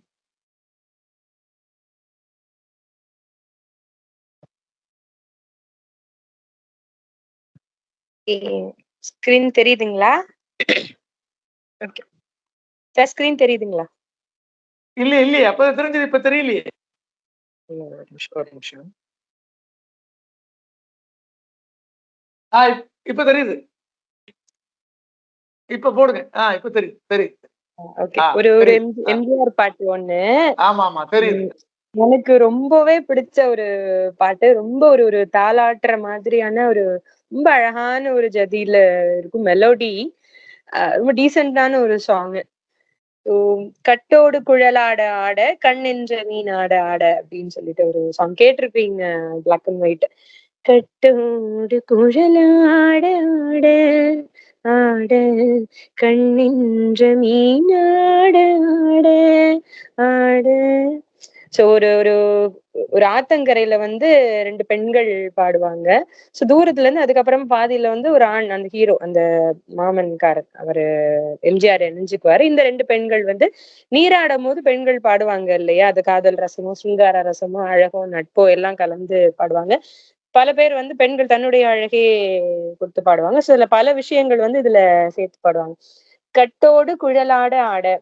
சோ குழல்ங்கிறது நம்ம இந்த கொண்டை போட்டிருப்போம் இல்லையா, அந்த கோடாலி கொண்டை, இல்ல இந்த கொண்டை தண்ணி ஜடை, சோ இந்த மாதிரி போட்டிருப்போம். சோ ஒவ்வொரு என்னென்ன விஷயங்கள் தென்றல் காரணமாக, காற்றடிக்கிறது காரணமாக ஆடுது. அவங்க டான்ஸ் ஆடும் போது சரி, பாடும் போதோ அல்லது நீர் ஆடும் போது. சோ நீர் ஆடுதல் அப்படின்னு சொல்லுவோம். ஆடுதல் அப்படிங்கிறதுக்கு நிறைய பொருள் உண்டு. டான்ஸ் ஆடுறது மட்டும் இல்லாம அசைவதற்கும் ஆடுதல், கொடி ஆட, மயில் ஆடை, இப்படிதான் நம்ம சொல்லுவோம். சோ அது மூவ்மெண்ட்டை குறிக்கக்கூடிய அந்த சொல், அதை எவ்வளவு அழகா வந்து நிறைய இடங்கள்ல பயன்படுத்தியிருப்பார். கட்டோடு குழலாட ஆட. சோ கட்டி வச்சிருக்கிற அந்த குழல் வந்து ஆடுது. கண் என்ற மீனாட ஆட. சோ கண்ணை வந்து மீனுக்குதான் நம்ம ஒப்புமையா ஓமையா சொல்லுவோம் இல்லையா. சோ கண் ஏன் ஆடுது, ஆடுதுன்னு எதை வச்சு சொல்றோம்? கண் வந்து ஒரே இடத்துல நெல்ல குத்துன மாதிரி எல்லாம் பாத்துக்கிட்டே எல்லாம் இருக்காது. சோ இப்படி போயிட்டு வரையில, left right straight, left right straight. So இதை வந்து இந்த கண் அசையறத வந்து ஆடுதல் அப்படிங்கிற சொல்றாரு. அந்த மீன் மாதிரி இருக்கிற கண்களும் ஆடுதான். சோ அந்த நம்மளுடைய குழலும் வந்து காத்துல ஆடுது, மூமெண்ட்ல இருக்கு. கண்ணும் வந்து ஆடுது, மீன் மாதிரி இருக்கிற கண் ஆடுது. பொட்டோடு நகையாட ஆட கொண்டாடும் மயிலே நீ ஆடு. சோ அது வந்து ஒரு பெண் இன்னொரு பெண்ண சொல்றாங்களா என்னன்னு தெரியல. அந்த ஒரு ஒரு சந்தோஷத்துல அவங்க சொல்லுவாங்க. கொண்டாடும் மயிலே உன்னுடைய பொட்டு ஆடுது, உன்னுடைய நகை ஆடுது, உன்னுடைய குழல் ஆடுது, உன்னுடைய கண் ஆடுது. சோ ஒரு ஒரு ஆட்டநத்தி ஒரு ஒரு ஆடும்போது இதெல்லாம் சேர்ந்து ஆடுற மாதிரி நீயும் ஆடு அப்படின்னு சொல்லின ஒரு பாடல்.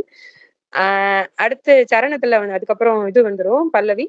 பாவாடை காத்தோடு ஆட ஆட காலோடு கால் பின்னி ஆட கள்ளுண்ட வண்டாக ஆடு கள்ளுண்ட வண்டாக ஆடு. சோ கல் உண்ட வண்டு வண்டு எப்படி ஆடும்? ஒரு கல் மயக்கத்தில் இருக்கக்கூடிய கல்னா தேன். கல் உண்ட தேன் உண்ட வண்டு வந்து தேன் உண்ட மயக்கத்துல வண்டு மயங்கி மயங்கி விழுது, சரிஞ்சு விழுது அப்படின்னு சொல்லி இது இருக்கு. நம்ம கோமதி சார் கூட நம்ம சிலம்பு குரூப்ல இருக்கிற நண்பர்களுக்கு கூட தெரியும். ஒரு புகழேந்தி போல வருதுன்னு நினைக்கிறேன். ஒட்டக்கூத்தர் புகழேந்திக்குரிய ஒரு ஒரு ஒரு ஒரு அரங்கத்துல இருக்கக்கூடிய ஒரு விவாதம் வருது. சோ அந்த சங்கு ஒரு பூ மல்லிகை வந்து மல்லிகை வெண் சங்காய் வண்டினங்கள் ஊதும் இந்த பாடல் வரி வந்து சிலம்புல வரும். சோ இத வந்து மல்லிகை பூவை வந்து முன்னாடி பின்பக்கம் முன்னாடி தானே ஊதுது அந்த இது அந்த வண்டு. ஆனா சங்கு வந்து நம்ம எந்த பக்கம் பிடிச்சு ஊதுவோம், எந்த பக்கம் பிடிச்சு ஊதுனா சத்தம் வரும், பின்பக்கம் பிடிச்சு ஊதுனாதான் சத்தம் வரும் இல்லையா, அந்த குண்டா இருக்க பகுதி. தப்பா எழுதியிருக்கீங்க அப்படின்னு சொல்லி புகழேந்தி புலவரை வந்து ஒட்டக்கூத்தர் கேட்டாராம். ஐயோ என்னடா பண்றது தெரியலையே, பெரிய ஆள் கேட்கிறாரே அப்படின்னு சொல்லிட்டு அந்த புகழேந்தி புலவர் நம்ம தப்பா எழுதிட்டேன்னு ஒத்துக்கவும் முடியாது, தமிழை தப்பா எழுத முடியாது, கருத்து பிழை சொற்பிழை இருந்தாலும் கருத்து பிழை கூடாது இல்லையா, பொருள் பிழை கூடாதுங்கிறதுல ரொம்ப கவனமா இருப்பாங்க புலவர்கள்.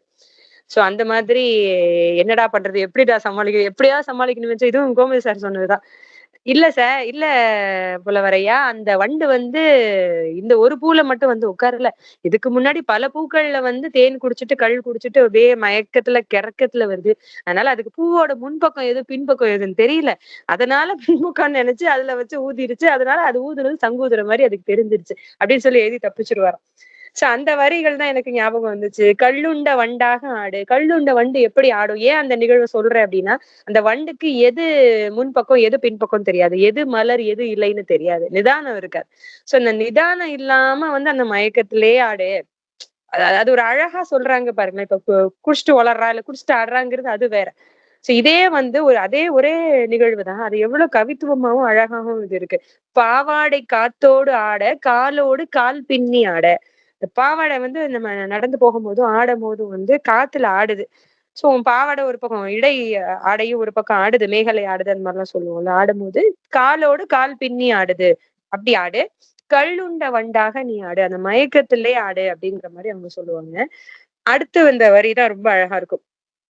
முதிராத நெல்லாட ஆட ஆட முளைக்காத சொல்லாட ஆட முதிராத மலராட ஆட சதிராடு தமிழேனியாடு. ரொம்ப அழகா இருக்கும். சதிராடு தமிழ். சதுர் அப்படிங்கிறது சதுராட்டம்ங்கிறது ஒரு நடனம் வகை, ஒரு ஆட்டம் இல்லையா சதுராட்டம். இப்ப நம்ம சொல்ற பரதநாட்டியம் அப்படிங்கிறதுக்கெல்லாம் முன்னோடி அப்படின்னு நம்ம சொல்லலாம். சதுராட்டம். ஆடு தமிழே, தமிழே ஆடு. பெண்ணதான் ஆட சொல்றாங்களா, தமிழ் ஆட சொல்றாங்களா, தமிழ் மகளே ஆட சொல்றாங்களா? அதுக்கு முதல் வரி முதிராத நெல்லாட ஆட.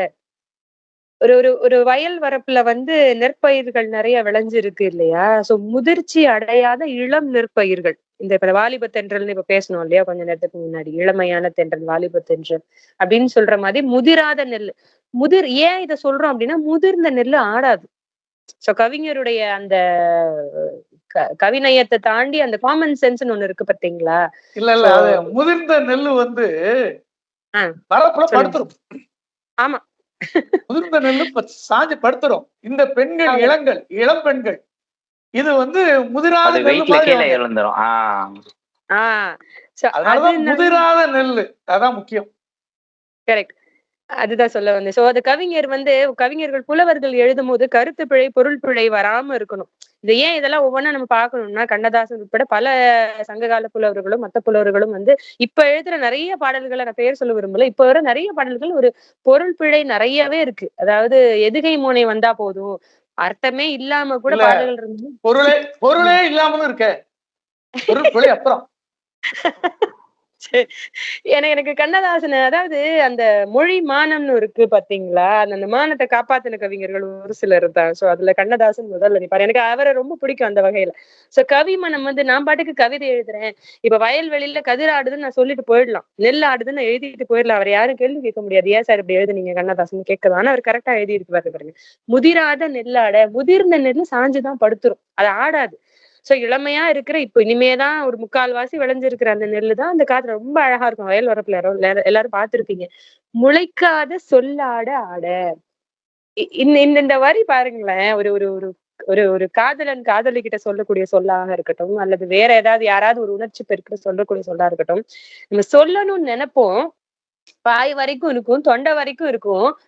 ஒரு ஒரு ஒரு எழுத்தோ ஒரு ஒலியோ வெளியே விடுவோம். ஆனா சொல்ல மாட்டோம் அந்த வார்த்தை. ஒரு வார்த்தையை சொல்லிட்டா அதனுடைய பர்பஸ் முடிஞ்சு போயிடும். அது ஐ லவ் யூவா இருக்கட்டும், இல்ல வேற எதுவா வேணா இருக்கட்டும். ஒரு வார்த்தையை சொல்லிட்டோம் அப்படின்னா அந்த அதனுடைய அந்த சொல்லினுடைய பயணம் முடிஞ்சு போயிடுது. சோ தொண்டைக்குழியில இருந்து நம்ம சிந்தனையில இருந்து மனசுல இருந்து அந்த வார்த்தை வரும்போது வாய்க்கு வெளியே வந்து விழுந்தாதான் அது வார்த்தை. சோ வாய்க்குள்ளேயே இருக்கிற ஒரு வார்த்தை முளைக்காத சொல்லாட ஆட. ஒரு எத்தனிப்பாங்க இல்லையா, இந்த திணறுவாங்க பாத்தீங்களா, அந்த ப்ரப்போஸ் பண்ற லவ்வர்ஸ் எல்லாம் பாத்தீங்கன்னா, இல்ல வந்து தடுமாற்றம் இந்த தடுமாற்றத்தை மாதிரி. தான் சொல்றாரு. சோ அந்த இடத்த சொல்ற அழகு வந்து யாருக்கு சார் வரும்? எனக்கு எனக்கு எனக்கு இந்த இடங்கள்ல எல்லாம் கண்ணதாசனை ரொம்பவே நானே லவ் பண்ணுவேன் சார். அது எவ்வளவு யோசிச்சிருப்பாரு, அந்த இடத்த அவர் எவ்வளவு ரசிச்சிருக்கிறாரு.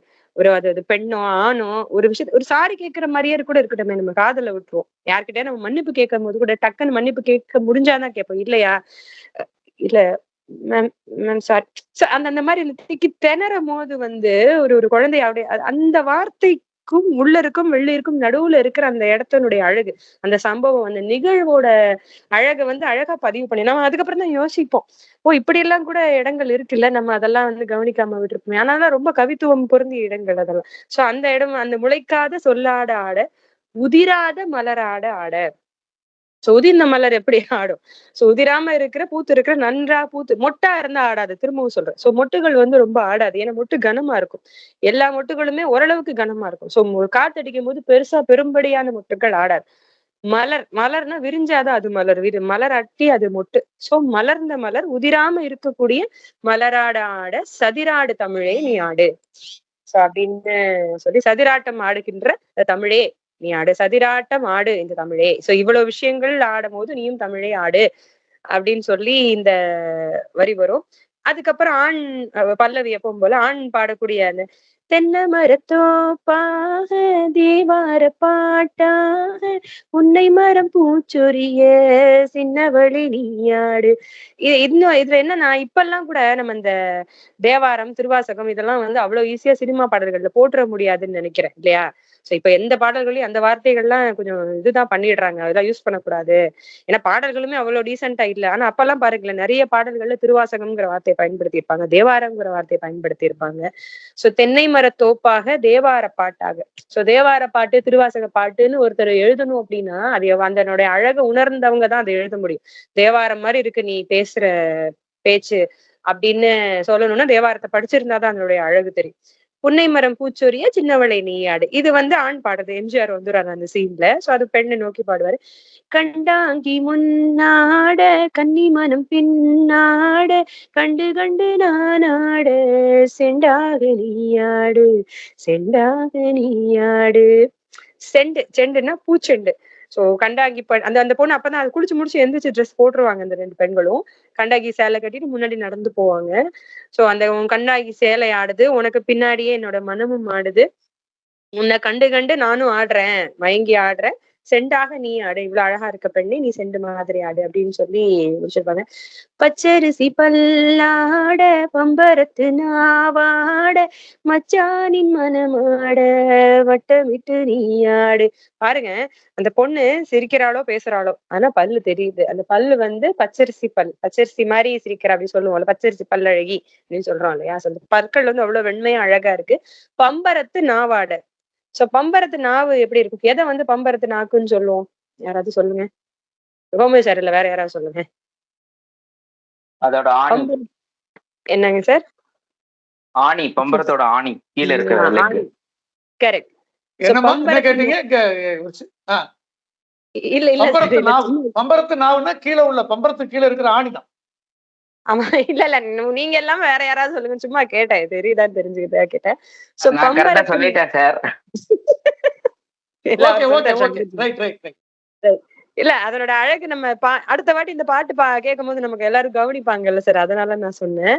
சோ பம்பரத்து நாவாடை, அதாவது நம்ம அதிகமா கவனிக்கப்படாத, இப்ப எப்படி முளைக்காத சொல்லாடன்னு ஒரு வார்த்தையை போட்டாங்க, அந்த மாதிரி இந்த பம்பரத்து நாவு வந்து பம்பரம் ஆடுறது, அது சுத்துறது ஒரு பக்கம் இருக்கட்டும், அதனுடைய ஆணி வந்து எவ்வளவு சுழலும், எத்தனை ஆங்கிள் சுத்தும்னு நம்ம பம்பரம் சுத்தும் போது பார்த்தோம்னா தெரியும். பல ஆங்கிள், ரொம்ப அதிகமா சர்க்கிள் பண்ணக்கூடியது அந்த ஆணி மட்டும்தான். சோ மேல இருக்கிற பம்பரம் வந்து ஒரு ஒரு கொஞ்சம் சாஞ்சிச்சு அப்படின்னா கீழே இருக்கிற ஆணி நிறைய சாயணும். சோ அப்பதான் வந்து ஆஹ் பண்ண முடியும். சோ அந்த பம்பரத்து நாவு, அந்த ஆணி சுத்துறதை எந்த அளவுக்கு அந்த மனுஷன் நோட் பண்ணியிருந்தாருன்னா அதை ஒரு ஆடலுக்கு இணையா அவரால் சொல்ல முடியும் இல்லையா? பம்பரம் சுத்துதுன்னு தான் நம்ம சொல்லுவோம், பம்பரம் ஆடுதுங்கிறதையும் யோசிச்சு அது கால் மாதிரி பம்பரத்தினுடைய கால்னு கூட அவர் சொல்லல, இல்ல பம்பரத்தினுடைய நாவு. அந்த பெண்ணோட நாக்குக்கு பம்பரத்தை ஓமையாக்குறாரு. ஆமா அதான் சார். அதோட நயம். பச்சரிசி பல்லாட பம்பரத்து நாவாட. அந்த அவ சிரிக்கிறா, சிரிக்கிறா, அந்த பல்ல ஆடுற மாதிரி ஒரு ரசிப்பு. அப்புறம் நாக்க சுழற்றா, எல்லாமே ஆடுது, அது அசையறதுதான் சொல்றாரு போல இருக்கு சார். இத பார்த்துட்டு அவன் மனம் ஆடுது. ஆமா, அந்த டான்ஸ்ன்னு கூட நான் ஃபர்ஸ்ட் கேட்கும் போது கூட எனக்கு இந்த பாட்டு புரியல, இவர் என்ன எல்லாத்துலயுமே ஆடன்னு சேர்த்துக்கிறேன். சோ அதுக்கப்புறம் தான் வந்து ஆடுதல் அப்படிங்கிறது இந்த மூவ்மெண்ட்டை குறிக்கக்கூடியது, மோஷன் அதை குறிக்கக்கூடியது அப்படிங்கிறது அப்புறம் தான் புரியுது. மச்சானின் மனமாட வட்டமிட்டு நீயாடு, அப்புறம் ஆஸ் யூஷுவல் மத்ததெல்லாம் நார்மலா இருக்கும். வள்ளி மனம் நீராட, தில்லை மனம் போராட, ரெண்டு பக்கம் நானாட, சொந்தமே நீயாடு. சோ 2 பெண்கள் இருப்பாங்க, நல்ல ஒரு ஒரு ஜாலியான. இப்பெல்லாம் அந்த மாதிரி சீனும் எடுக்க முடியாது சார், அது எடுத்தாலும் நல்லாவும் இருக்காது. இப்ப வரதுமே பாத்தீங்கன்னா, நான் யாரையும் குறைச்ச மதிப்பிடல, ஆனாலும் நமக்கு மனசு வந்து ஆட்டோமேட்டிக்கா கம்பேரிசன் போயிடுது. இதே மாதிரி ஒரு 2 பெண்கள் நீராடிட்டு வராங்க அப்படின்னா, இப்ப வரக்கூடிய ஹீரோக்களும், இப்ப எழுதக்கூடிய பாடலாசிரியர்களும், இப்ப இருக்கக்கூடிய கொரியோகிராஃபர்ஸும் அதை எவ்வளவுக்கு எவ்வளவு விரசமா காட்ட முடியுமோ அவ்வளவுக்கு அவ்வளவு விரசமா காட்டி இந்த அழகை கெடுத்து தமிழுக்கும் துரோகம் பண்ணி, பாட்டுக்கும் துரோகம், இசைக்கும் அப்படி இருக்கும். ஆனா அப்ப பாருங்களேன், இதே சீனை, இதே வரிகளை வச்சு இது பாருங்களேன், ஒவ்வொரு உடல் அங்கங்கள் முதற்கொண்டுதான் சொல்றாங்க. அவங்க ட்ரெஸ் போடுறது, பாவாடை காத்தாடன்னு எல்லாம் கூட எழுதுறாங்க. சோ இந்த வார்த்தையெல்லாம் இப்ப எழுதுனா அது எவ்வளவு மாறி போயிடும் இல்லையா? அப்ப அந்த டீசென்சி பிள்ளையாம எழுதுனதுல வந்து கண்ணதாசன் ரொம்ப, இப்ப சார் கூட சொன்னார்ல, இப்ப இதுக்கு முன்னாடி அவர் சொல்லும் போது இந்த கலிங்கத்து பரணி செய்யுட சொல்லி சொன்னாரு, இது கொஞ்சம் பசங்கன்னா கூட இது கொஞ்சம் விரசமா போயிடக்கூடிய பாடல், அது ரொம்ப அழகா கொண்டு வந்து, அதெல்லாம் கவித்திறமை. சோ இருக்கிறது நல்ல விஷயத்தையே விரசமாக்குற காலகட்டத்துல வந்து விரசமா போகக்கூடிய வாய்ப்புள்ள சீனையும் அந்த ஒரு சிச்சுவேஷனையும் ரொம்ப அழகா கொண்டு போன கவித்திறமை வந்து அவருக்கு இருக்கு அப்படின்னு நம்ம சொல்லலாம். இது ஒரு பாடல். இன்னும் ஒண்ணு மட்டும் சொல்லிடுறேன், நான் முடிச்சிடுறேன். அந்த இந்த ஆலயமணி அப்படின்னு சொல்லிட்டு ஒரு படம் பார்த்திருப்பீங்க, ஒரு நிமிஷம் சாரி, ஆலயமணி. அதுல வந்து டி.எம். சௌந்தரராஜன், எல்.ஆர். ஈஸ்வரியம்மா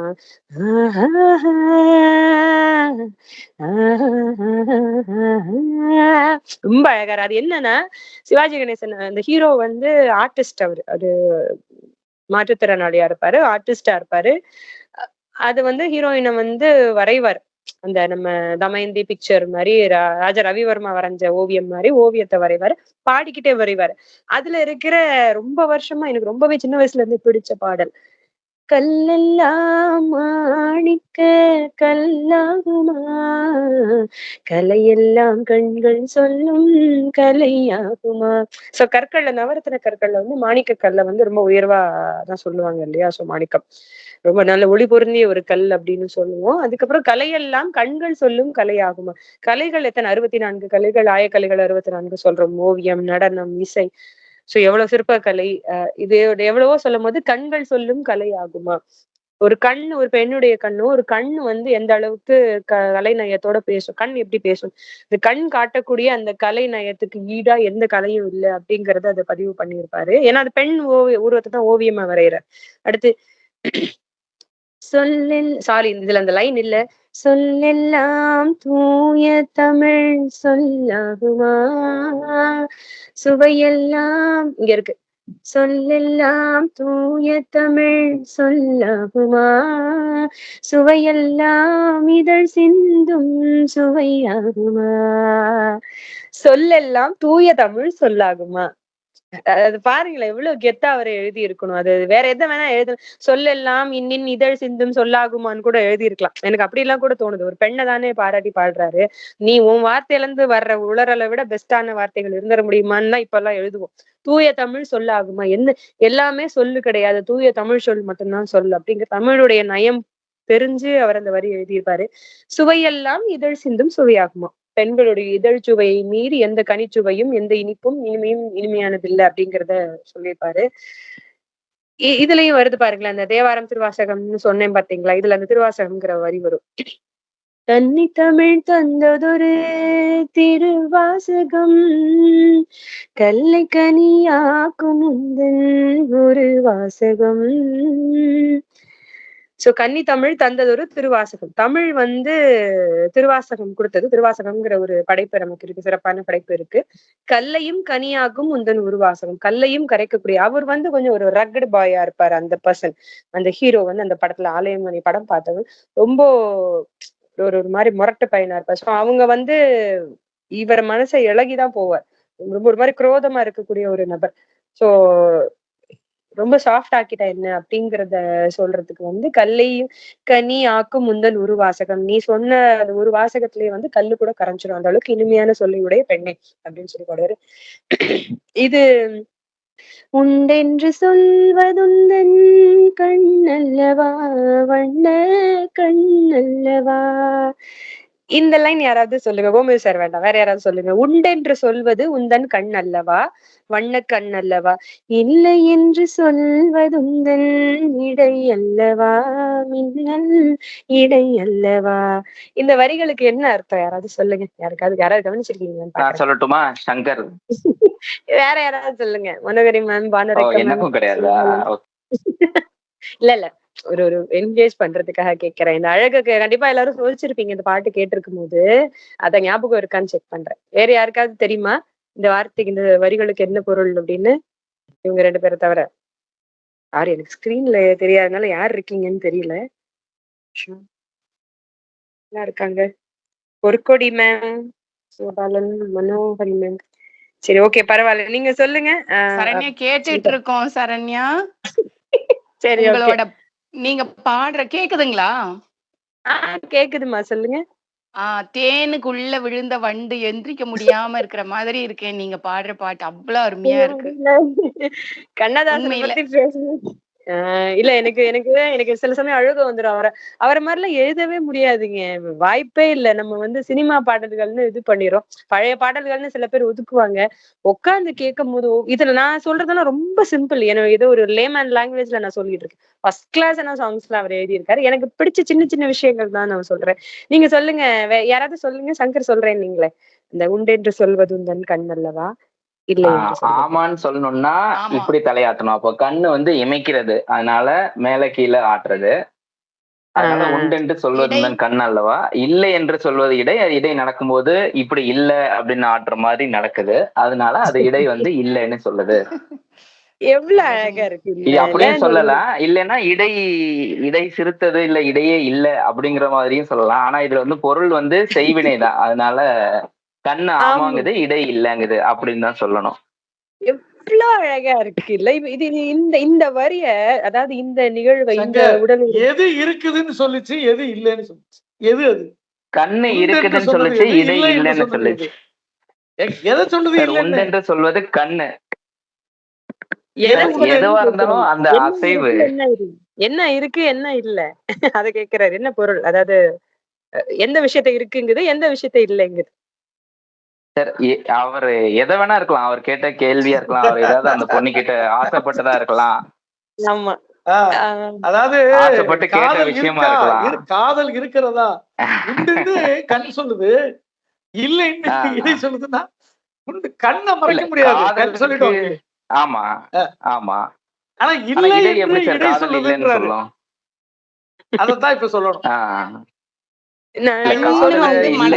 சொல்ல முடியாது.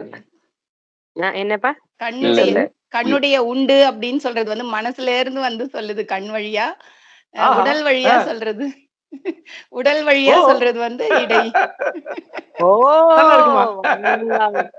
வா வா சூப்பருங்க சூப்பர். நான் இந்த பதில் எதிர்பார்க்கல. வெரி நைஸ் வெரி மின்னல் நைஸ். என்பது மின்னல் வந்து கொடி, மின்னல் கொடிம்பாங்க. இந்த அம்மாவுக்கு கொடி இடை, கொடி போன்ற ஆமா. சின்ன இடை. அதான் அத ஆடும்போது இல்லைன்னு அந்த அம்மா சொல்ற. இப்ப மனோகரி சொன்ன மாதிரி உடல் மொழியில நீ இல்லைன்னு சொல்லி பாக்குற, ஆனா உன் ஆமா. கண்ணு ஏமாத்தல, உன் கண்ணு உள்ளுன்னு சொல்லு, உண்டுன்னு சொல்லு அப்படின்னு. எவ்ளோ நல்லா இருக்குல்ல. இது இது இது இந்த இந்த சீன் இந்த பாட்டு வரையில சாரி இந்த வரிகள் வரும்போது அந்த சீன் பார்த்தவங்களுக்கு தெரியும். பார்த்திருப்பீங்க. கண்ண காமிப்பாங்க. சரோஜா தேவி அம்மா கண்ண காமிப்பாங்க. 2வது வரி வரும்போது அவங்க பின்பக்கம் திரும்பி நடப்பாங்க. அழகா அண்ணன் மாதிரி நடப்பாங்க. இடைய தான் காட்டுவாங்க. இடை வந்து ரைட் லெஃப்ட்ன்னு ஒரு மூவ்மெண்ட்ல ரொம்ப அழகான ஒரு மூவ்மெண்ட்ல போகும். கொஞ்சம் கூட விரசமே இருக்காது சார். ஒரு பாயிண்ட் கூட லைன் தாண்டாது, பார்டர் தாண்டாது. இந்த வரிகளும் அழகா இருக்கும், கொரியோகிராஃபியும் நல்லா இருக்கும், பாடுறவங்களும் அழகா ஒரு ஒரு தெய்வீக தன்மையோட எப்படி பாடுவாங்களோ அப்படி பாடுவாங்க. இந்த பாட்டினுடைய இப்ப டி.எம். சௌந்தரராஜன் எவ்வளவு காதல் ரசம் நான் பாடகருங்கிறதுக்காக சொல்லல. கண்ணதாசன், டிஎம்எஸ், எம்எஸ்வி இவங்களோட கோம்போ எல்லாம் பாத்தீங்கன்னா ரொம்ப ஒரு டிவைனி கோம்போ இருக்கும். இதே ஆட்கள் வந்து ரொம்ப சிங்கார ரசம் சொட்ட சொட்டம் எழுதியிருக்காங்க. ஆனா இந்த படத்துல இந்த பாட்டு வரக்கூடிய சுச்சுவேஷன் என்ன? இந்த ஆர்டிஸ்ட் ஒரு ஒரு கலை மனம் இல்லையா? ஒரு கலைஞனின் மனம் என்ன நினைக்கும்? ரசமாவும், அழுக்காவும், அசிங்கமாகவும் நினைக்கக்கூடிய வாய்ப்பே இல்ல. இந்த விஷயத்த எப்படி வேணா புரட்டி போடலாம். இது எவ்வளவு வேணா எழுதலாம். ஆனா எவ்வளவு அழகா சொல்லியிருக்காங்க. நீ உண்டென்று சொல்வது நான் உண்மையிலே அசந்துட்டேன். நான் அத கேட்கும் போதெல்லாம், ஆமால்ல கண்ணு இப்படி இப்படி சங்கர் சொன்ன மாரி இப்படி கண்ணு சிமிட்ட தானே முடியும். நீங்க பக்கவாட்டுல எல்லாம் சிமிட்ட முடியாது. இமைய வந்து கீழ மேல தான் எடுக்கலாம்.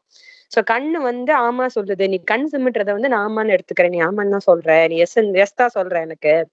ஆனா பெண்கள் கோவமா ஏன்னா திரும்பி போற மாரி காட்டுவாங்க. சரோஜாதேவி போற மாரி அந்த சீன் காட்டுவாங்க. ஆனா நீ திரும்பி கோச்சுக்கிட்டு போகும்போது இல்லன்னு சொல்லிட்டு போற மாரி உன்னோட இடை சொல்லுது. இல்ல ரொம்ப அழகா இருக்கும். ஒரு சின்ன சரண்யா, ஒரு பட்டு சரண்யா, சொல்லுங்க சரண்யா, சார். கண்ணதாசன் ஒரு பாட்டு பாடியிருக்காரு.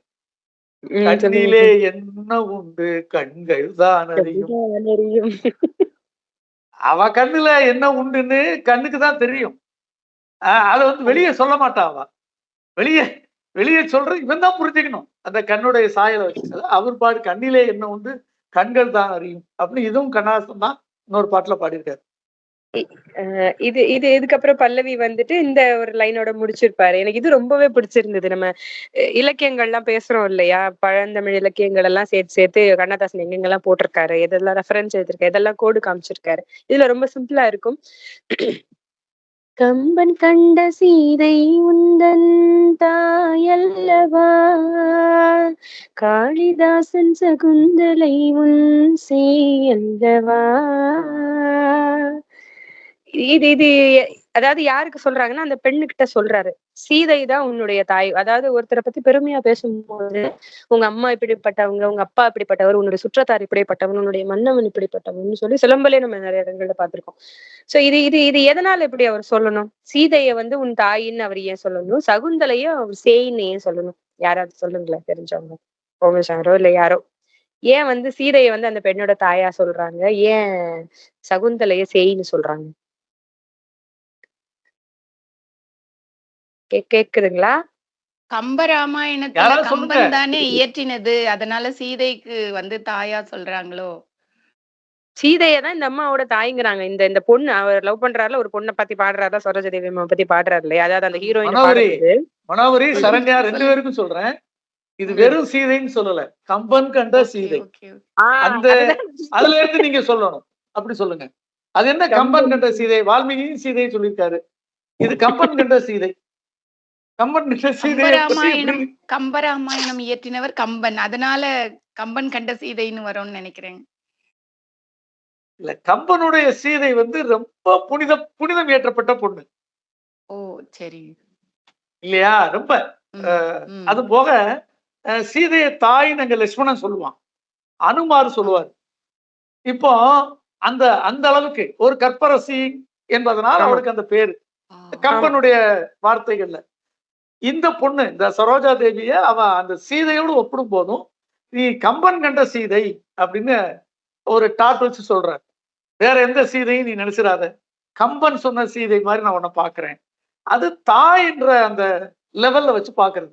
இந்த காளிதாசன் சகுந்தலை, காளிதாசன் எழுதின சகுந்தலையை பத்தி நமக்கு தெரிஞ்சாதான் அது அது ஏன் சேயின்னு சொல்றாருன்னு பார்க்கணும்.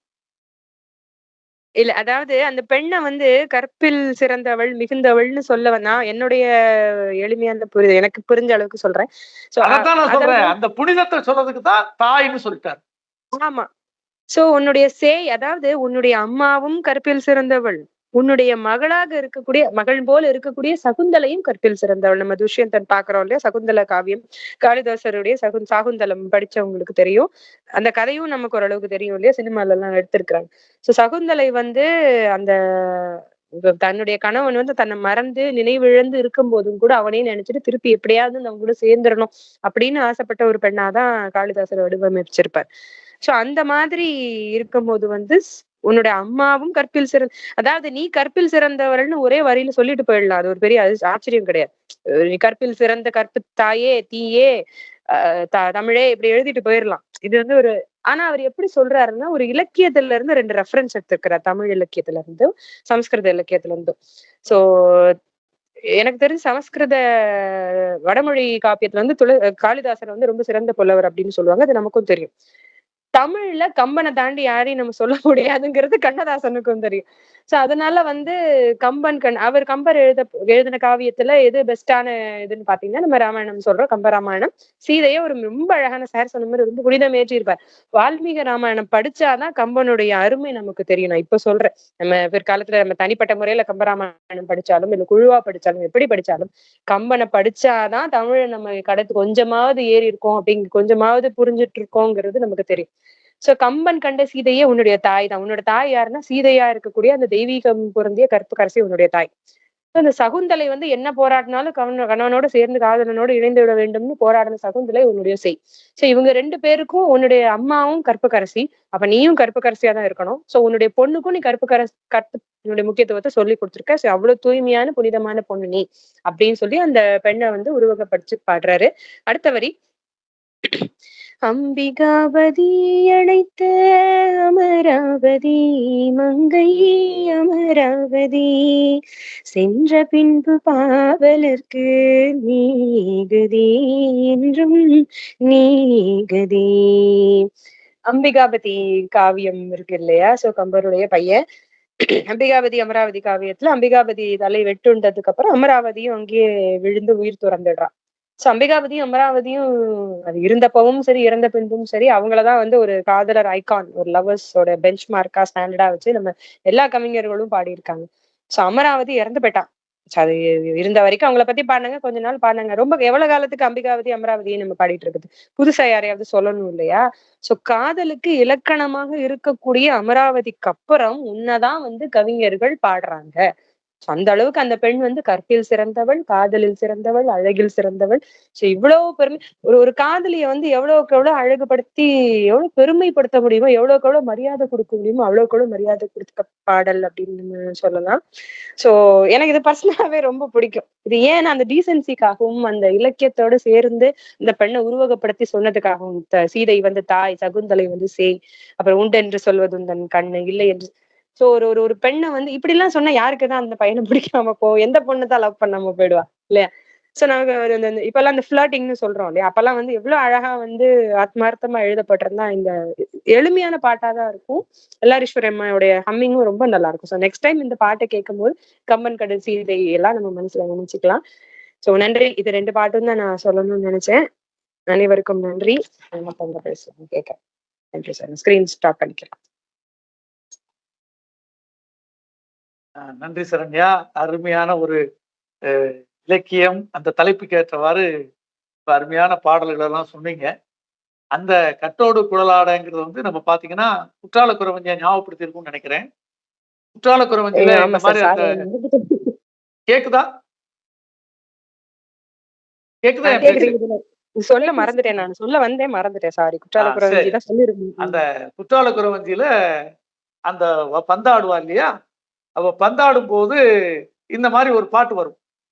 உங்களுக்கு ஞாபகம் இருக்கான்னு எனக்கு தெரியல. ஒரு நிமிஷம் இருங்க.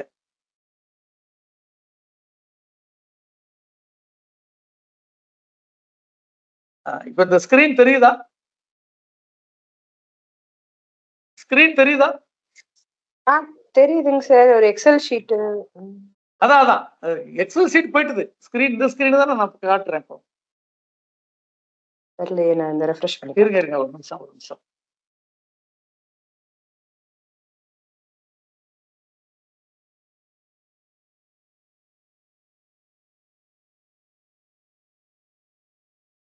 இப்ப தெரியுதுல்ல? இப்ப சரியா இருக்கா?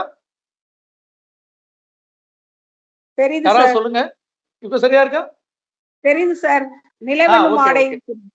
ஓகே. அதான் கடைசியா பாடணும். இப்போ அவங்க பாடின பாட்டுல அந்த அந்த குறவஞ்சியில வந்து அவங்க அந்த பொண்ணு டான்ஸ் ஆடும்போது அவ எப்படிலாம் எதெல்லாம் ஆடும், காதுல இருக்கிற குழல் ஆடும், கண்ணாடும் அப்படின்னு அதுல அந்த பாட்டு ஞாபகம் இருக்கு அவங்களுக்கு.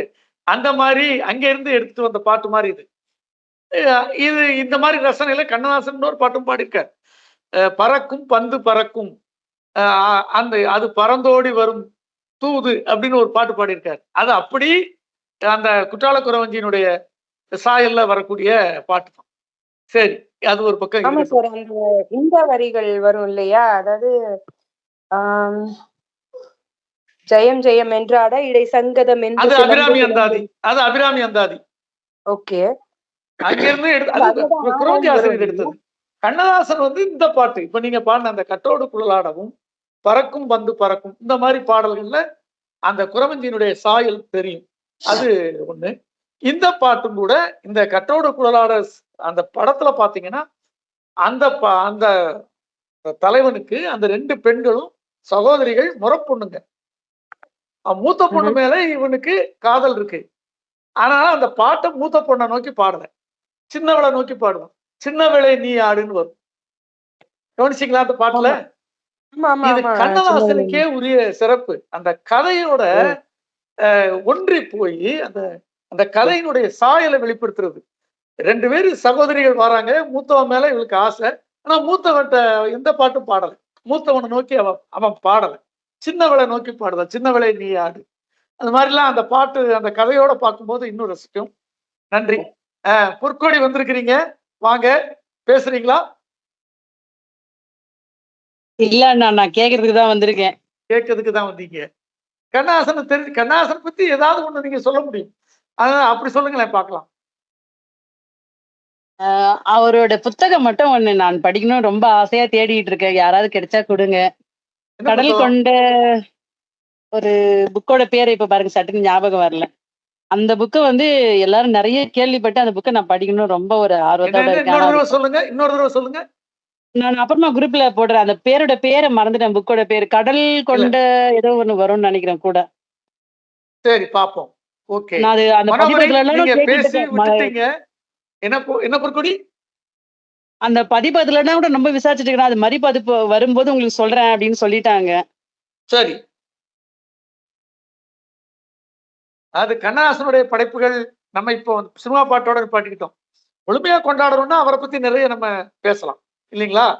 அதுல அவர் ஒரு சாகித்ய அகாடமி வாங்கியிருக்காரு இல்லையா? அது சேரமான் காதலியா யாருக்கு? அது கரெக்டா நான் சொல்றது? சேரமான் காதலி என்ற நாவலுக்கு. ஆமா சார். ஓகே. அந்த மாதிரி விஷயங்கள்லாம் நம்ம கூட சேர்ந்து பேசலாம்.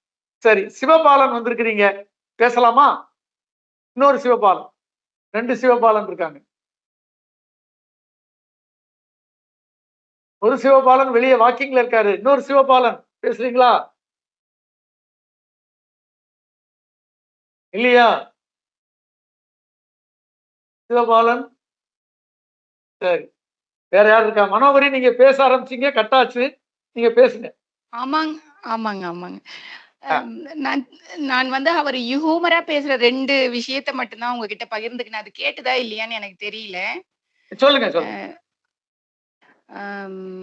ராமாயணத்தை வந்து 2 வரியிலேயே அவரு முடிச்சிட்டுதான் சொல்லுவாருன்னு சொல்லியிருக்காங்க. கோடு போட்டு நிற்க சொன்னால் சீதை அங்கு இல்லையே, சீதை அங்கு நின்றிருந்தால் சீதை நிற்கவில்லையே, சீதை அங்கு நின்றிருந்தால் ராமன் கதை இல்லையே. அவருக்கு அவரே இரங்கல் பா எழுதிக்கினாரு அப்படின்னு கூட சொல்லுவாங்க. இருந்து எழுதிய இரங்கற்பா. ஆமாங்க. அதே போல எம்எஸ்வி கூட பயந்து ஓடி வந்துட்டாராம். இவரே பத்திரிகையில வந்து தான் இறந்து போயிட்டுதான் குடுத்துட்டு இருக்கிறார். ஏன் இந்த மாதிரி பண்ணீங்க அப்படின்னு வந்து கேட்கும்போது, அவர் வந்து எனக்கு எவ்வளோ பேர் வராங்க அப்படின்னு நான் தெரிஞ்சுக்கிறதுக்காக தான் இந்த மாதிரி செய்தேன் அப்படின்னு சொன்னாராம். ஃபெயில் ஆன குழந்தைக்கு வந்து ரூ. 100 குடுப்பாராம். பாஸ் ஆன பிள்ளைங்களுக்கு ரூ. 50 குடுப்பாராம். அவருக்கு நெறைய குழந்தைகள் இருந்தாங்க இல்லைங்களா அப்போ. ஏன் அப்படின்னு கேட்கும்போது, அவன் வந்து கஷ்டப்பட்டுட்டு இருக்கான். ஃபெயில் ஆயிட்டேன்னு சொல்லிட்டு. அதனால தான் அவனுக்கு அந்த மாதிரி குடுக்குறேன் அப்படின்னு சொல்லி, அவன மோட்டிவேட் பண்ணுவாராம். அதேபோல கண்ணகி மேலா, மாதவி மேலா அப்படின்னு வாலிகிட்ட அவரு பேசும்போது, ம் வாலி சொல்வாராம், 2 பேருமே ஃபீமேல் தான் அப்படின்னு சொல்லிட்டு சிரிச்சுக்குவாங்களாம். அதனால தான் நீ வாலி அப்படின்னு சொல்லி இவர கிண்டல் பண்ணுவாராம். இந்த மாதிரி சில விஷயங்கள் தான் நான் யோசிச்சேன். இந்த அளவு இலக்கியம் ரொம்ப ரொம்ப அருமையா நம்ம சரண்யா பகிர்ந்துகிட்டாங்க. நீங்களும் அந்த அளவு சொன்னீங்க. ரொம்ப நன்றிங்க. ரொம்ப நல்லா போச்சுங்க நிகழ்வு. லேட்டா ரொம்ப ஆரம்பிச்சாலும். நன்றி. திருப்தியா வேற இருக்கு. யாரு? சிவபாலன் 2 சிவபாலன்ல ஒருத்தர் நான் போயிட்டு இருக்கேன் முடியலன்ட்டார். இன்னொரு சிவபாலன் பேசுறீங்களா? இல்ல அவரு எதுவும் சொல்ல மாட்டேங்கிறாரு. சரி, ஓகே. இப்போ சரண்யா பாட்டுல கம்பனை பத்தி தான் நிறைய சொன்னாங்க இல்லையா? கம்பன் கண்ட சீதை. கண்ணதாசன் கம்பன்ல மூழ்கி முத்தெடுத்தவர். இன்னும் சொல்ல போனா அந்த செட்டிநாட்டுக்காரங்களுக்கே கம்பனை ரொம்ப பிடிக்கும். காரைக்குடி கம்பன் கழகம்லாம் கேள்விப்பட்டிருப்பீங்க. கம்பனையும் இளங்கோவையும் தூக்கி தூக்கி வச்சவங்க செட்டிநாட்டுக்காரங்க தான். அதுலயும் கம்பன் வந்து செட்டிநாட்டுல பிறந்தவங்க எல்லாருக்கும் கம்பன் மேல அவ்வளவு பழக்கம். நம்ம ஆளுக்கும் கம்பனை நல்ல அவருடைய பாடுகள்ல கம்ப தரிசனம் தெரியும். இந்த தலைப்புல நான் ஒரே ஒரு கம்பன் இருந்து அவர் எடுத்த ஒரே விஷயத்த மட்டும் சொல்ல போறேன். கம்பராமாயணத்துல ராமன் சொல்றார், இப்பிறவிக்கு 2 மாதரை சிந்தையாலும் தொடேன். சிந்தைன்னா தெரியும்ல, மனசு. இன்னொரு பெண்ணுக்கு இடம் இல்லை, சீதையை தவிர வேற எந்த மாதரை இரு மாதர்ங்கிறார். இப்பிறவிக்கு 2 மாதரை சிந்தையாலும் தொடேன். இன்னொரு பொண்ணு என் மனசுல கிடையவே கிடையாது, தொடவே மாட்டேன், மனசால தொட மாட்டேன். இது அப்படி கண்ணதாசன் வந்து வசந்த மாளிகையில பாட்டா வச்சுட்டார். உன்னையெல்லால் ஒரு பெண்ணை இனி நான் உள்ளத்தினாலும் தொட மாட்டேன். சிந்தையாலுங்கிறது உள்ளத்தினாலும் வந்துச்சு. இதுல தொடேன்னு எழுதியிருந்தாருன்னு வச்சுக்கப்பேன். உன்னையெல்லால் ஒரு பெண்ணை இனி நான் உள்ளத்தினாலும் தொடேன். கம்பன் மாதிரியே தொடேன்னு எழுதியிருந்தா சாதாரண ஜனங்களுக்கு அது போய் சேராது. தொட மாட்டேன் அப்படின்னு அந்த அந்த வார்த்தையை மாத்துனது. அது மாதிரி அவ அங்க இப்பிறவிக்கு 2 மாதருங்கிறதெல்லாம் மாத்தி விட்டுட்டு உன்னை அல்லால் ஒரு பெண்ணை இனி நான் உள்ளத்தினாலும் தொடமாட்டேன். அந்த இனி நான் தான் அந்த கதைக்கு போகணும். வசந்த மாளிகை கதை. அது வரைக்கும் அவன் ஒரு பொண்ணு இல்லை, அவன் ஒரு பெண்கள் பின்னாலேயே போற ஆளு. அதனால இனிங்கிற வார்த்தையில ரொம்ப அழகு.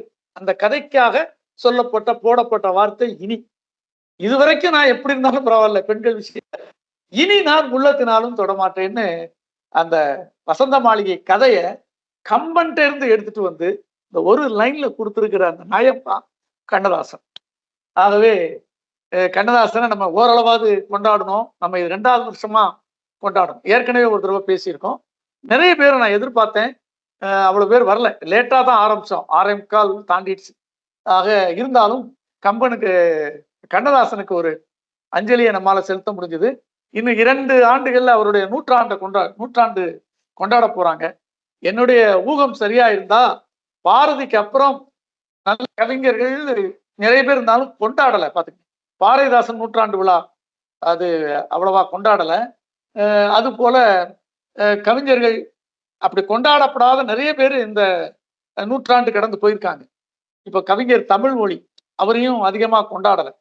எனக்கு என் ஊகம் சரியா இருந்தா கண்ணதாசன் பாரதிக்கு அப்புறம் நூற்றாண்டுல அதிகமாக கொண்டாடப்படுவார்னு நான் நம்புறேன். அந்த அளவுக்கு நம்ம கண்ணதாசன் நம்ம உணர்வுல கலந்த ஒரு கவிஞன். ஏறத்தாழ ஒரு 3/4 நூற்றாண்டு காலம் அவரு திரையுலகத்துல இருந்திருக்காரு. கடைசி பாட்டு, அவர் எழுதின கடைசி பாட்டு கூட அது என்னது, 3ஆம் பிறையில வரும். என்ன பாட்டு ஞாபகம் இருக்கா? ஒய்ஃபங்கன்னு சொல்றாங்க, கண்ணே கலைமான். அந்த கண்ணே கலைமானே பாட்டை பாத்தீங்கன்னா, அது வரைக்கும் இளையராஜா வருவதற்கு முன்பு இருந்த பாடல் என்பது பழைய மரபு வழியில சொற்களை சேர்த்து கோர்வையாக்கி அந்த சந்தங்கள்ல பாடுறது. இசையும் அதுக்கு மேற்ற மாதிரி அமைப்பாங்கன்னு வைங்க. இளையராஜா வந்த பிறகு சொற்கள் சுருங்கிச்சு, நீண்ட வரிகள் கிடையாது, 2 வரியில, ஒற்றை வரியில எல்லாம் பாட்டு கவிதைகள் மாறிச்சு. இந்த கண்ணே கலைமானியில நீங்க ஒரு தடவை கேட்டு பாருங்க. நான் இங்க சொல்ல முடியாது, இந்த பாட்டை இந்த நிகழ்ச்சி முடிஞ்ச பிறகு கேட்டு பாருங்க. கண்ணே கலைமானை இப்ப உள்ள இளையராஜா காலத்து ட்ரெண்ட், இளையராஜா காலத்தினுடைய பாடல் வரிகள் எவ்வாறு சேஞ்ச் ஆனதோ, அதை அதிகமா பயன்படுத்திக்கிட்டது வாலி அப்படின்னாலும் கூட கண்ணதாசன் அந்த அந்த பாட்டுல, குறிப்பா அந்த கண்ணே கலைமானையில அந்த ட்ரெண்ட், இளையராஜாவுடைய இசைக்கான ஒரு வரிகளை அவரு கொடுத்திருப்பார். அந்த ட்ரெண்ட் மாறி இருக்கு, கண்ணதாசனும் மாறுறாருங்கிறது அந்த பாட்டுல தெரியும். நான் அது அவருடைய கடைசி பாட்டு. என்ன இருந்தாலும் தமிழ் திரையுலகத்துல ஒரு மறைக்க முடியாத மாபெரும் கவிஞர். எத்தனையோ பேர் தனக்கு பின்னால கவியரசர், கவி பேரெல்லாம் போட்டுப்பாங்க. ஆனா கவிஞர்னாலும் கவியரசர்னாலும் நம்ம மனசுல வர்றது இவர் ஒருத்தர் தான். ஆகவே இவரே ஒரு பாட்டுல சொல்லியிருக்காரு, கவி மன்னான்னு காளிதாசன் ஒரு பாட்டுல சொல்லியிருக்கார் கண்ணதாசன். காலத்தில் அழியாத காவியம் சொல்ல வந்த மாபெரும் கவி மன்னனே அப்படின்னு ஒரு பாட்டு, கண்ணதாசன் பாட்டு மகாகவி காளிதாஸ்ங்கிற படத்துல இருக்கு. இவன் மாபெரும் கவி மன்னன் தான் என்று சொல்லி இந்த அஞ்சலின்னு கூட சொல்ல முடியாது, ஒரு புகழ் கூட்டத்தை, அவருக்கான பிறந்த நாள் நினைவு கூட்டத்தை நான் நிறைவு செய்கிறேன். வந்த அனைவருக்கும் நன்றி, வணக்கம்.